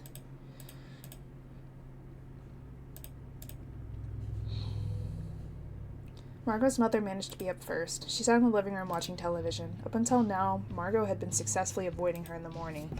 They hadn't spoken since her mother took the grimoire. Margot quietly walked through the living room to the front door, hoping her mother was too focused on her show to notice her care. Sweetie! Margot froze, her hand on the door. I've been bragging to everyone at work about you. My daughter's going to a real college. Not some community college, but a real one. Thanks. Damn. Her mother already turned back to the television. Margot left. Margot sat with Erica at lunch. What do you think of working on the newsletter? I'm still getting used to it, but it's fun.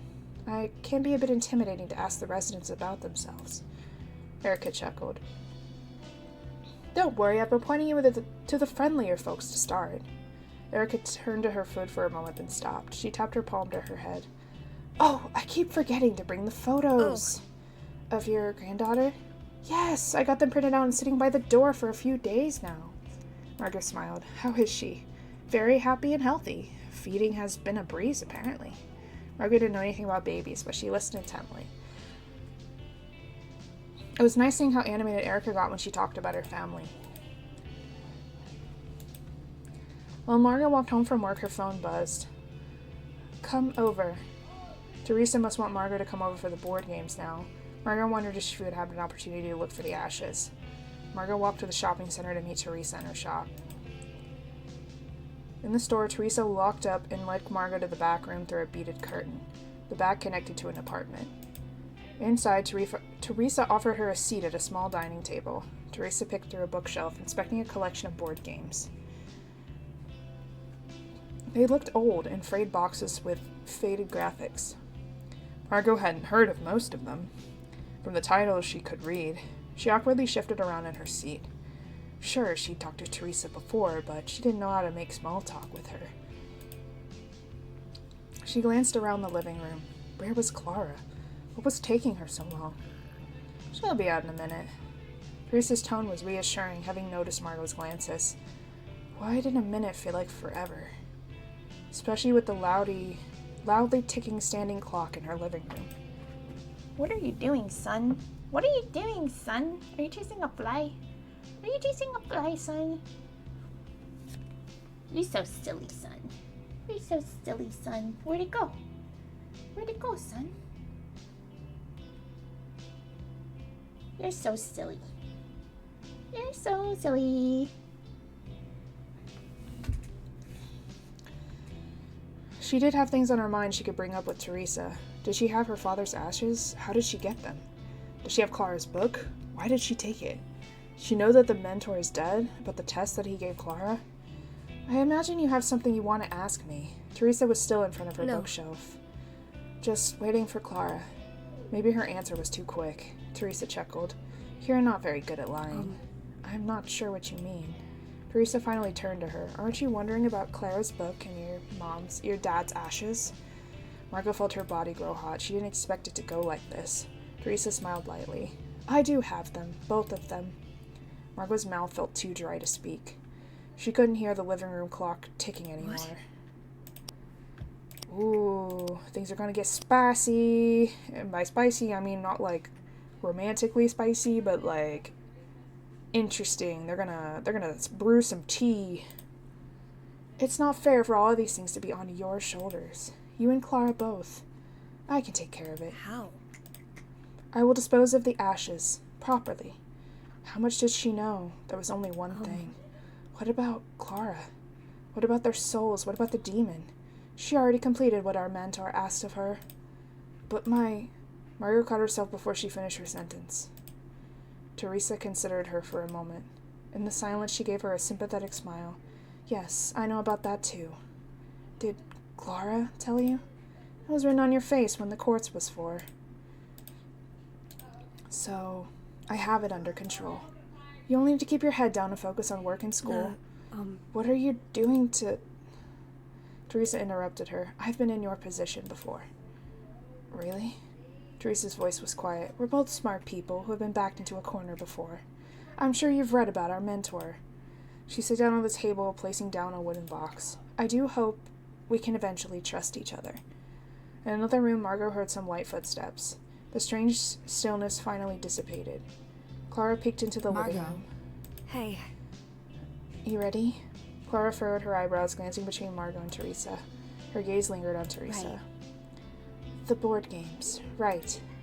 Clara sat down. Do you need help setting up the board? Teresa considered the boxes for a moment, then the doorbell rang. Excuse me. She went to the door. Clara and Margot sat silently. They would need to go to another room to discuss anything anyway. Teresa came back. Beck was in tow. Why was she here? They never talked about Margot coming to Teresa's house. Margot. As far as Margot knew, Beck never went into her store out of principle. Beck turned to her, looking equally surprised about where she was. Clara also didn't seem to know, scowling at her. Yeah? Yeah, Clara? Great, everyone knows each other. Teresa sat back down. Beck sat down. I didn't know you knew Teresa. Oh, she came to the store to look for something for you.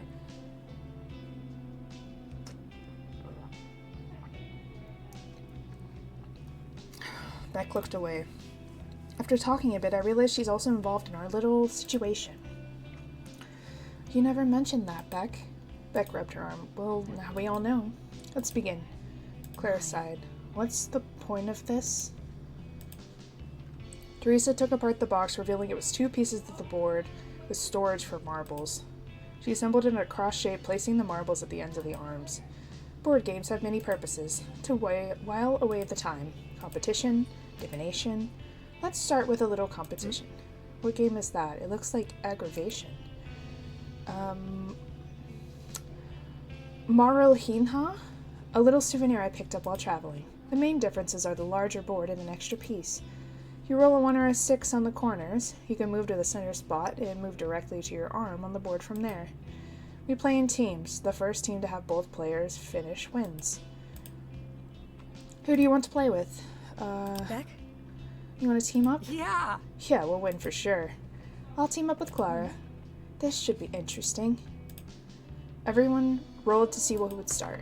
Teresa rolled a 6, cementing herself as the starting player. Let's see. She rolled again. Another 6. Teresa moved her piece up on one side of the board. Next was Clara, then Margot, then Beck. So your goal is to get your piece all the way up to this spot, yeah? Margot watched everyone for a few turns, trying to decide on her own strategy. It was clear that Teresa was aiming to control the board. She kept all of her pieces out and distributed around the middle, capturing everyone else as they came near her. Clara's strategy was to protect her pieces. She was more defensive and avoiding the middle of the board. Beck was aiming for speed. She focused on one piece at a time, trying to break through the middle in order to use the shortcut.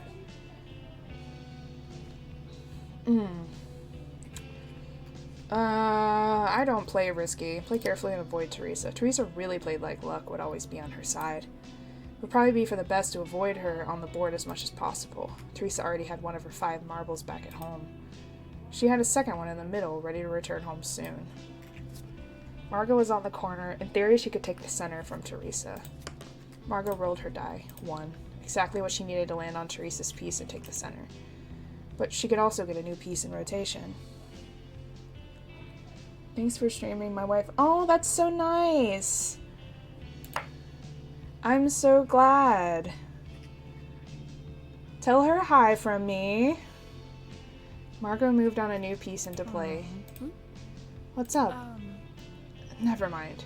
We're playing the long game, right? Yeah? Yeah, exactly. In a couple of turns, Teresa moved her new piece. Teresa smiled. The board looks a little empty. I guess I'm having a hard time getting the hang of this game. Beck sighed. I've only rolled a 1 or a 6 maybe 3 times this whole game. This feels impossible. Yeah. Teresa shrugged. We're all using identical dice. I'll admit this one requires a fair amount of luck. Don't most board games require luck, though, in general? Teresa finished first. With her now rolling for Clara, it didn't take long for them to win. We need to train for next time. Figure out the ultimate strategy. Sorry. I really thought I knew the game. Clara grinned to herself. I didn't expect that to be so easy. Interesting choice to have no strategy at all, Beck. Rude. Rude. Teresa started putting the marbles back into their storage box while Beck and Clara bickered.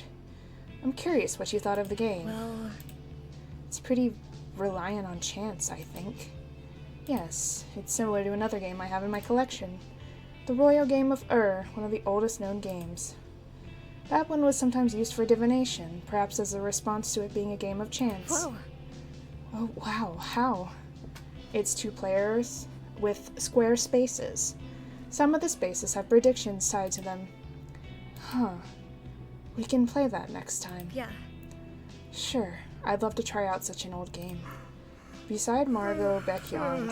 It's getting late. Margot, you have work, right? Let's head out. Before you leave, I have my own game. What is it?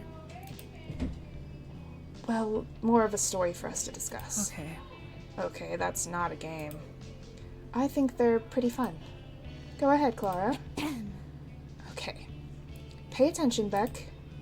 Beck rolled her eyes. There is a baron and a baroness who live in a castle on an island. Oh, the island. I remember seeing some of that in the memory thing. The baron leaves for the day, reminding his wife that she will be punished with death if she visits her lover. Well, damn, okay. I mean, good for her, I guess, for standing up for herself, but goddamn, I don't know if murder is the answer. The baron's trip lasts much longer than expected, so the baroness decides to leave the castle. She visits her lover for a few hours, then returns to the castle. The bridge to enter the castle is blocked by a guard, who says he must kill her by the baron's orders if she comes closer. The baroness returns to her lover and asks for help. He says he is not responsible for what happens to her and will not help. The baroness leaves and finds a ferryman to help her sneak into the castle. The ferryman asks for payment. She pleads that her life is at risk. She has no money with her, but he refuses. She goes to a friend's house and asks for money, explaining the situation. The friend tells her she should not have disobeyed her husband and will not help her. Finally, out of desperation, she tried to cross the bridge anyway. The guard kills her. Who is most responsible for her death? Herself? Everyone was quiet for a moment. Margot thought about it. Obviously, everyone played some sort of part. There was a way to rationalize that everyone could be most responsible. Finally, Beck chimed in first. I think it's the lover. She left to visit him, right? He should have taken more responsibility and actually cared about what happens to her. Clara nodded slightly, but the guard is the one who actually killed her. So wouldn't that make him the most responsible? But he was ordered to. He probably would have been killed too if he didn't follow orders. I don't think the lover has anything to do with this. He didn't force her to visit. It was her own choice, that's true. Hard to decide who was the most responsible. The Baron was the one who set the law, but he didn't specify his reasons. Out of jealousy, because a higher authority commanded him to do so? It was the reasoning of the friend that the Baroness was at fault.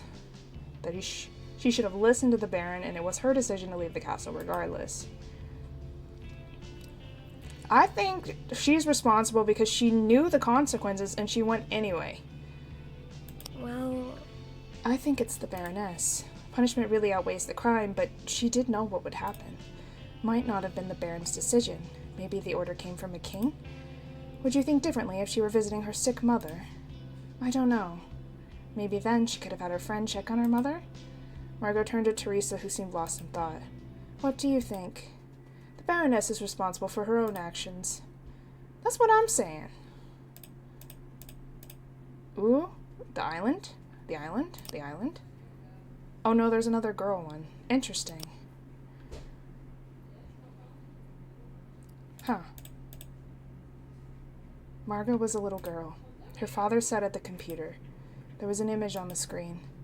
Hey Margot, come look at this. It's the sort of thing you like to draw, right? No, I don't want to see that. It's the style. Just look. See, I want to help you draw. No, you don't care. You injured my eye. Oh, her father injured her eye. Just look. Margot forced herself awake. She felt indescribable anger.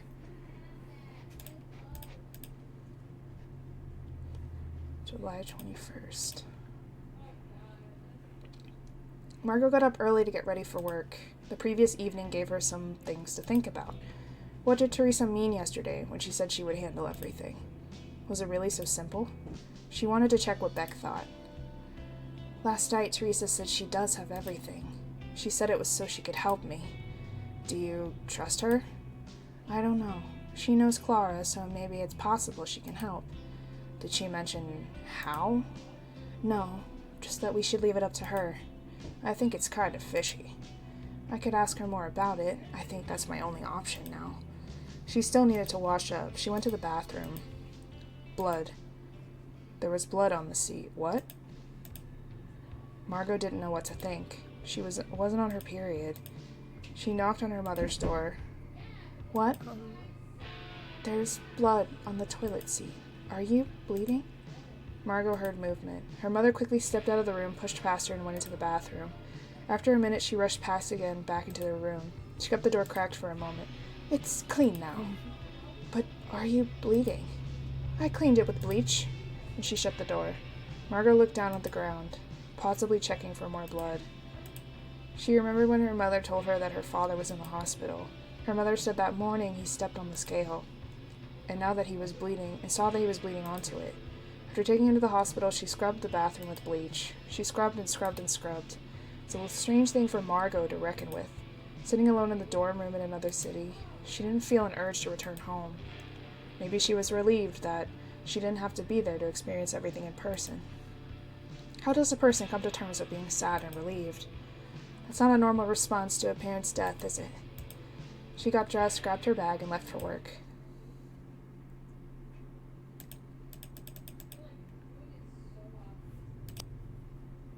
Oh, it's more of her. Damn, I wasn't expecting more than that.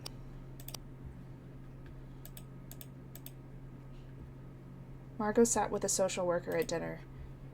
She had eventually went to the school counselor herself to tell them what had been happening. How are your grades? They're fine. You're a straight A student, right? Yeah. You know, Margot, earlier today, saw a toddler with cigarette burns on their arm. Dog in the yard nearly mauled me on the way in. You're nowhere near underweight, you only have a light bruise, and you're doing well in school. I don't know if there's much I can do for you. It's normal for teenagers and parents not to see eye to eye. Christmas is coming up, so this will probably be our last session. Try to be more understanding of your parents, okay? The new year rolled around. Every so often her mother would scream at her. Her mother was afraid of the social worker coming back with the police, or worse yet, a bill, maybe even taking the trailer. After a few months, another school counselor called her out of the class. Did the social worker need anything else? What are you talking about? Never mind. Well, anyway, Margot's grades qualified her for a gifted summer camp. She heard about the private school and applied. See, everything wasn't so bad. The social worker even told you that. Could have been much worse. In fact, I'd go so far as to say this was normal. All your dreams came true, Margot. You even got a second chance. Not everyone gets to live twice. You had to leave the trailer behind and go to a private university. Your peers will be the fail sons of Ivy League graduate parents. I didn't get those chances. I worked just as hard, if not harder. I was on the stage. I was in the museums. Can't I have this one win? Why can't I have that second chance? Damn. Is that her dad talking to her? God damn. Margot sat with Erica at lunch. How's your granddaughter? Erica smiled, pulling an envelope out of her purse. Great, and even better, I finally remembered to bring my photos. Have you ever seen a newborn baby before? Yeah, they look like aliens. No. Care to see? Yeah. Erica removed the stack of photos from the envelope and started flipping through them. She leaned over, holding out one for Margot to look at. It was a photograph of a very small, wrinkly red baby held to a woman's chest. Judging from their similar appearances, the woman must have been Erica's daughter. Margot's immediate reaction was, well, she realized she had never really looked at a baby before. But in an inexplicable way, the buggy eyes and little clutching hands of the newborn baby made her uniquely cute. See, I don't see it. I think babies are ugly. They look like little aliens when they first come out of the womb. I am not a baby person. She looks just like me, doesn't she? Your daughter? Of course. No, my granddaughter takes right after me. Margot studied the picture again. She wasn't quite sure what to say. Do newborn babies look like anyone? Yeah. Yeah, definitely. Same nose. Erica tilted her head. No, I think it's more like her dad's. Erica flipped through the stack again, then held out a photograph of her daughter with a man. See, she definitely has her father's nose. I never understood that, how mothers or grandmothers could look at a baby and be like, she has your eyes, she has your nose. I'm like, it just looks like a pile of flesh to me. I don't know what y'all are seeing, but he didn't have a particular distinct nose. While typing up a newsletter article that afternoon, Margot thought about Erica's family. It struck Margot that she never had the experience of getting together as a family for someone like that. For a holiday, a birth, a funeral. It'd be nice when she became Erica's daughter's age to have gatherings like that. To keep having gatherings like that when she was Erica's age. But how she would get there, she wasn't sure. How does someone build a family? It's a good question. Margot quickened her pace. Maybe it was the change in conversation, maybe it was the change in scenery. But she had a realization on her walk home. She needed to be more proactive. If she wanted a future and if she wanted to keep the people around her safe, she had to act first. She remembered her mother mentioning her father making amulets, charms, something like that involving uranium. Maybe Clara could help her find something. She pulled out her phone, clumsily typing while she speed-walked. In the living room, her mother was talking to someone. Nice catching up. Goodbye. She must have caught the tail end of a phone call with Danny. Margot shrugged to herself, then turned towards her bedroom door. That was your little friend's mother. I wanted to make sure you weren't causing her any trouble. Beck's mother? Was she on the phone with Beck's mother? Did she look her up online like she did with Helen? Margot shook her head. She wasn't going to take the bait. She could ask Beck about it later. Margot went into her room.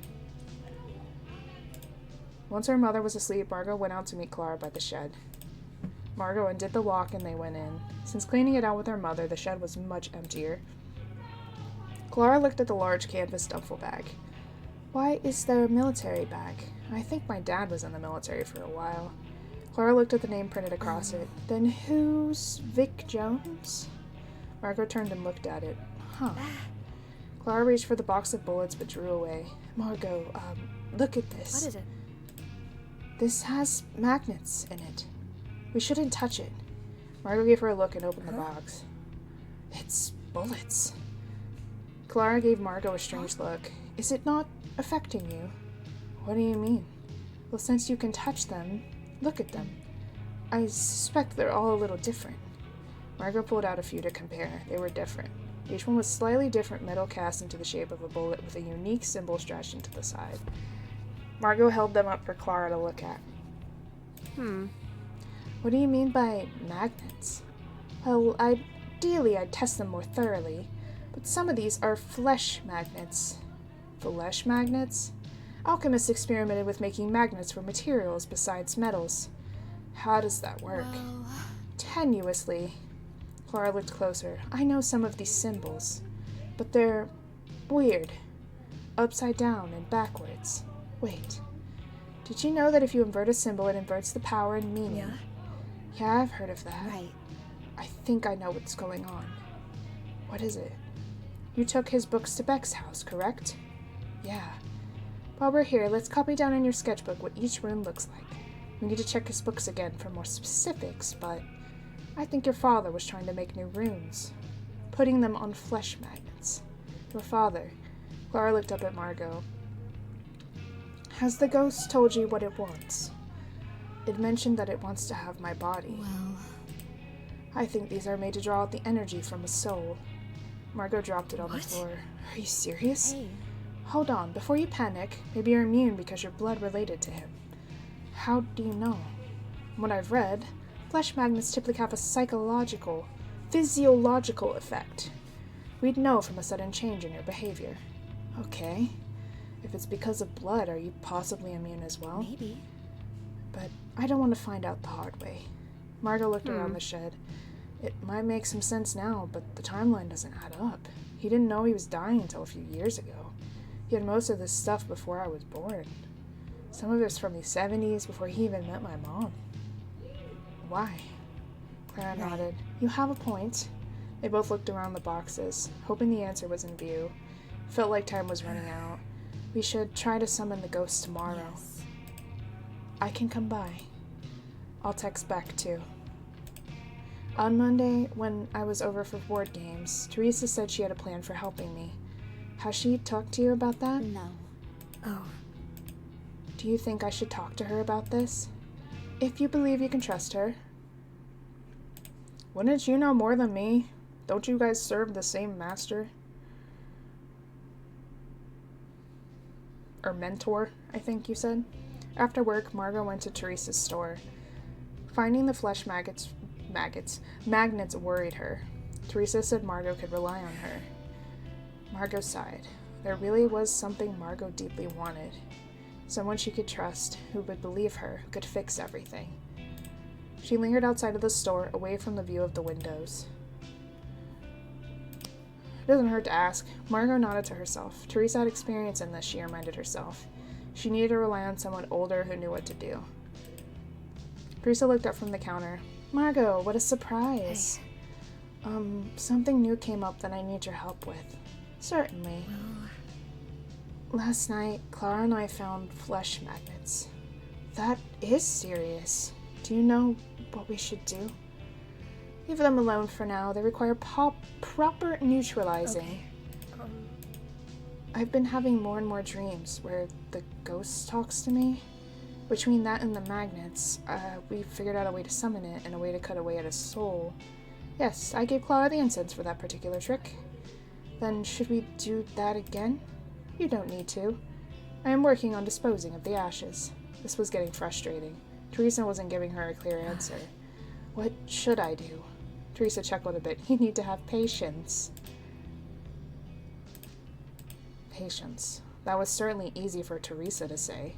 The ghost was telling her it wanted her body, wanted her life. Subconsciously, her hands balled into fists. It was frustrating not knowing what Teresa's plan was to help her. Beck sat on the floor with her as Clara walked around the bedroom. The knife sat in the middle of the floor. Margot looked between Beck and Clara. Beck sat cross-legged, brows furrowed, looking through Margot's drawings of the runes. Clara again brought the incense. Clara busied herself with preparing the room as she did last time. It was still nauseating. It was a smell and feeling she hadn't experienced before meeting Clara. Did you get that from Teresa? Yes. Oh, she changed her outfit. Oh, she's adorable. Look at her little bun. What does the incense do? Has it been working?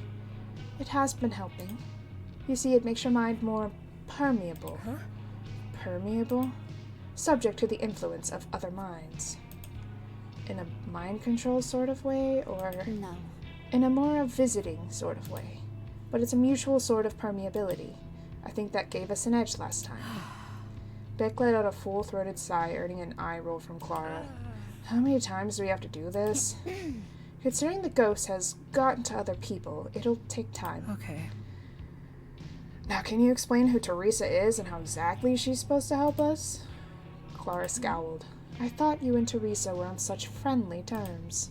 She's someone I know with more experience in this sort of thing than I have. She must be a big deal for you to admit she's better at this than you. The incense stick in Clara's fist broke in half, the smaller piece soundlessly falling to the carpet. Why isn't she here then? Yes, why don't we ask Margot's mother if she can invite over an adult woman to spend some alone time with us in her bedroom? Great idea as always, Beck. At her weird house, then. The ghost needs to be kept away from the ashes. They're at her house. You have an idea for everything, huh? You're right. I should have ignored you instead of being reasonable.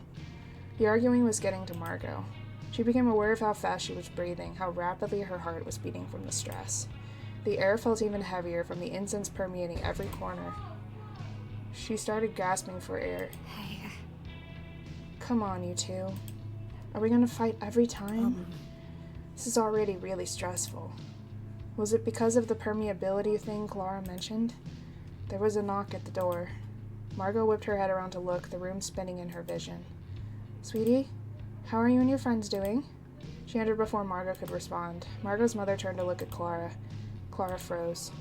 Oh, Margot, I've told you I don't want any incense in the house. It's a fire hazard. Her mother walked towards Clara. She took the remaining half of the incense stick out of Clara's hand. Her mother held out her other palm and jammed the end of the stick on it until the smoke went out. The light bulb in Margot's room flashed and went out. God damn it, Mom. You done fucked it up now. You done fucked up the ritual. Margot sat in an uncomfortable torn leather seat. The fabric was still hot to the touch from the day's weather. Come swim. Her mother's voice was somewhere outside. No, you're gonna yell at me. If my jeans get wet, you'll be mad about it ruining the car. The response came out of her mouth without a thought. Come on, come swim. Come out and join us. You promise you're not gonna get mad? Come on. Margot sighed. She clicked open the seatbelt, burning her fingertips on the metal buckle. She stood on the shoreline, maybe that'd be enough. She could strike the balance of not being yelled at for staying in the car, not being yelled at for getting her jeans wet. When she stepped out of the car, it dawned on her how dark it was outside. Starless, motionless, no ambient lights in the distance. For a few steps, she turned around to look behind her. There were silhouettes in the front seat. Come on, hurry up. Margot wanted to double-check the car first. She walked back, peered in through the driver's seat window. There, Beck and Clara were seated in the front seats. Slumped over, eyes closed, motionless. Margot went up to the window beside Beck and knocked on the glass. Hello? Do you want to go to the beach together? Beck sat up and shook her head. Huh? Let's go to the beach. Well, which beach? The West Coast. Beck nodded, unbuckled her seatbelt, and got out of the car. I need my shoes off, right? Beck unlaced her boots and yanked off her socks. Are you and your little friend hiding something? Her voice was so far away. From being on the beach, the air was oddly still. There was no freshness, no saltiness, no sounds of waves lapping. There was nothing. Huh? Where's the water? It's so dark I can't see anything. Well, I heard her voice over this way. They continued walking towards her mother. Margot's foot bumped into something. The ground shifted under her weight. Above her, a moon slowly came into view. Her foot touched a bag. It had a name printed on the side. Vic Jones. Margot picked it up. Whose bag is that? Vic Jones. I think my dad was in the military for a bit, but he never told me anything specific about that. But that's not his name. She slung the bag on her back. As she walked, a smattering of stars grew and increased in the sky. The beach came into view. Water foamed on the sand. Mom? Where are you? Margot imagined being able to sit and watch the waves, but she had to find her mother first. She carefully looked across the shoreline. Hey. What's that? Beck pointed to something in the distance. Margot squinted. There was some sort of lump protruding from the sand. They got closer. At first she thought it was a rock. They kept walking closer. It wasn't a rock. As Margot got closer, she realized it was an arm. Aw, shit, dog. Margot stared at it, fixed on the limb. Ever so slightly, the fingers moved. Do you remember when... The voice seemed to be coming from the arm. You gave me chicken pox. You were a baby. It was the second time I got chicken pox. I could have died. You would have liked that, wouldn't you? I can't convince her otherwise. There was no point in this conversation. It was shingles. Even if her mother didn't understand that, she should be able to understand a baby can't go out and catch a disease intending to harm her. There was no point arguing with an adult woman about the intentions of a baby. Okay. So you admit it. Margot bent down and put the arm in the bag. Her voice was muffled, still talking through the thick canvas. Still screaming about Margot, intentionally making her sick. Margot tried to think about other things. If she thought about it too much, she would vomit. She kept walking, the bag slung over her shoulder again, feeling the limb thump and pound against her back. Hey. Do you want me to hold that? Margot snapped back to reality. Whoop, there goes gravity. She was so preoccupied with her mother's words. It's heavy, right?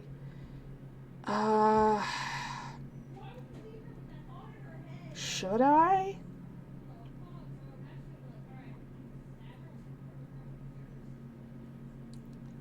She did offer. Yeah. Are you sure? Yeah. Of course, I'm here for you.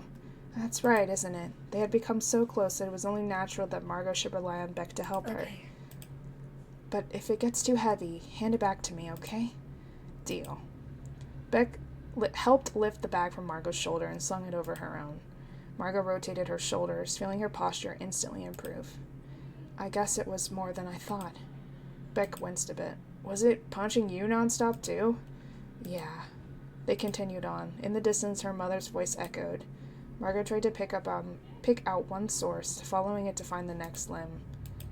Ooh. Just like when your father got hepatitis C. We would have been fine if you hadn't said anything.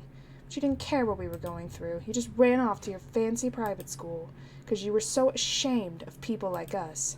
Because I never went to all these fancy schools like you. The leg kicked in the sand, slowly slithering further away from Margot. Hepatitis C? Is that what he died from? Margot hesitated. She could talk about it more later. The legs were scooting further and further away from her. She chased after it. Oh God, what have you said to your little friends about us? You never tell them about when we took you to amusement parks. It said it's only ever about how I'm not perfect. I always made sure you had pads. My mother never did that for me. I was getting closer to the water.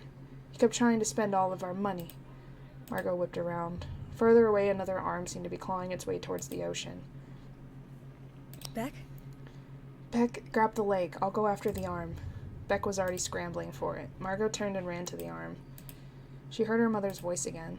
You knew we couldn't afford insurance. You knew we couldn't afford whatever drugs it was you wanted. We couldn't afford your little books and games. I never got to see the islands. The islands? All that money could have gone to a trip. I have the address on the letter and everything. The letter? She saw it in her mother's closet. Margot grabbed the arm, pulling it towards her. We could still go one day. It's not too late. We could still go. The hand tangled in her hair.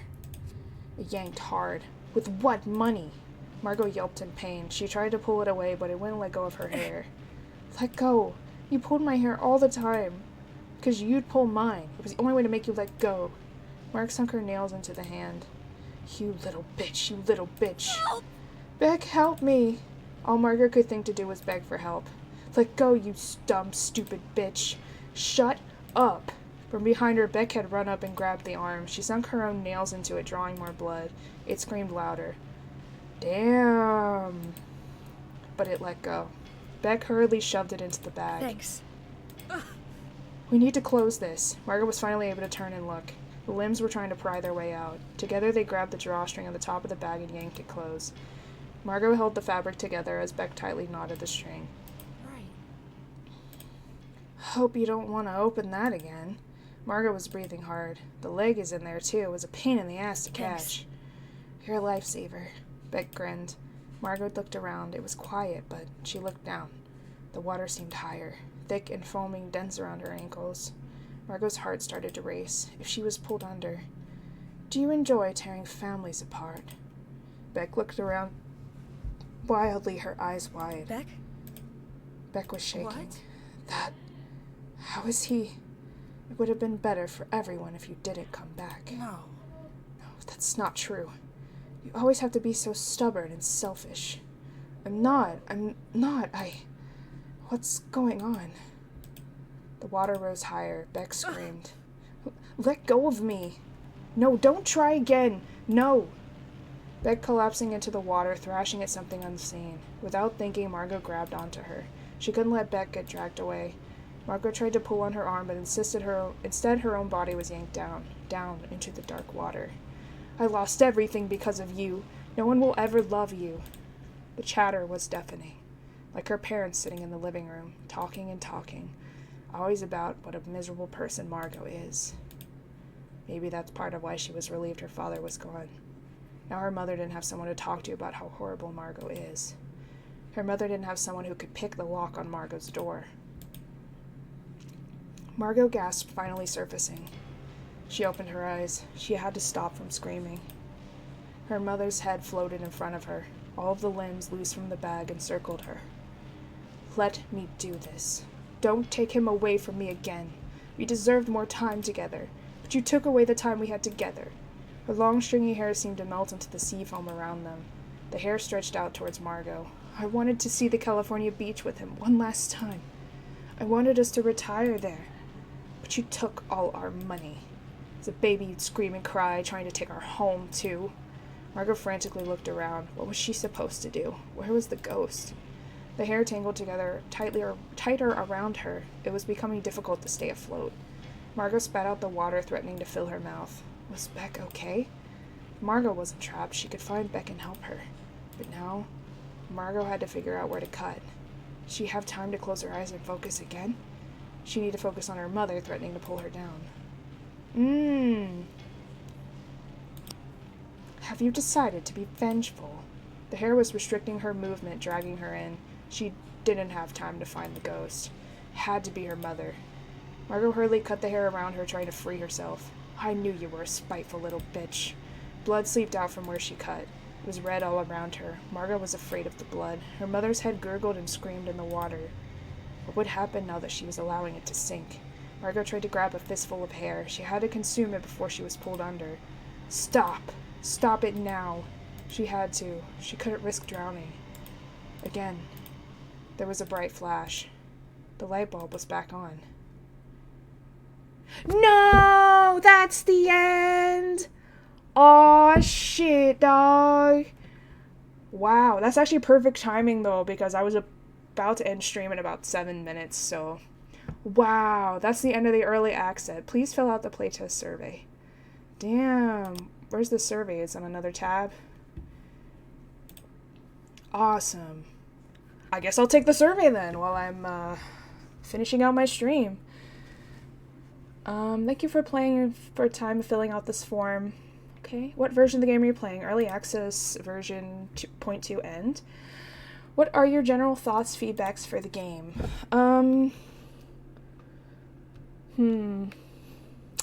Sometimes the white text on the white backgrounds were hard to see.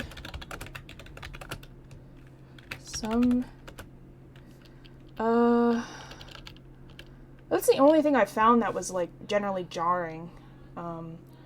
Whenever the white text was on, like, the gray and white, like, type backgrounds and didn't have the black over it, I found it kind of hard to see, or, like, it was kind of glaring to me. But it was readable, but it did kind of hurt my eyes. But the menu worked, everything. I didn't encounter any bugs or anything. All the choices worked. What are your thoughts and feedbacks about the story? I enjoy the story so far. I would love to see more horror/scary scenes and further expand the details of the background of the characters, of the plot, I would just say. Because the characters are the next question.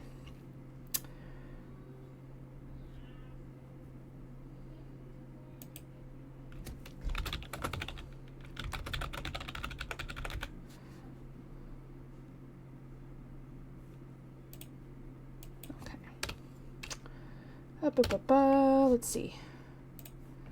What are your thoughts and feedback about the characters? I love the LGBTQ representation. I think...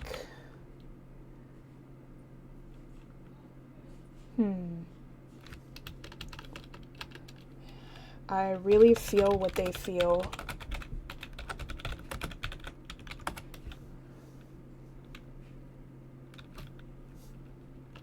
They all have very believable, unique personalities. If I can spell.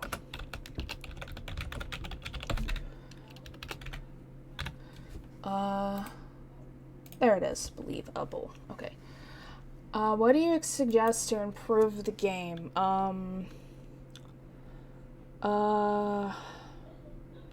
I think more details would help flesh out more of the story, questions/mysteries, and keep some of the scenes from feeling short and or breaking early. Breaking the immersion premature. I did not encounter any bugs, surprisingly. I did not have an error. What is your email? Feel free to send an email to me. I would love that. And there you go. Your response has been recorded. Awesome. So that's my playtest survey. I am glad that they asked me. Interesting. I love to give my feedback. Let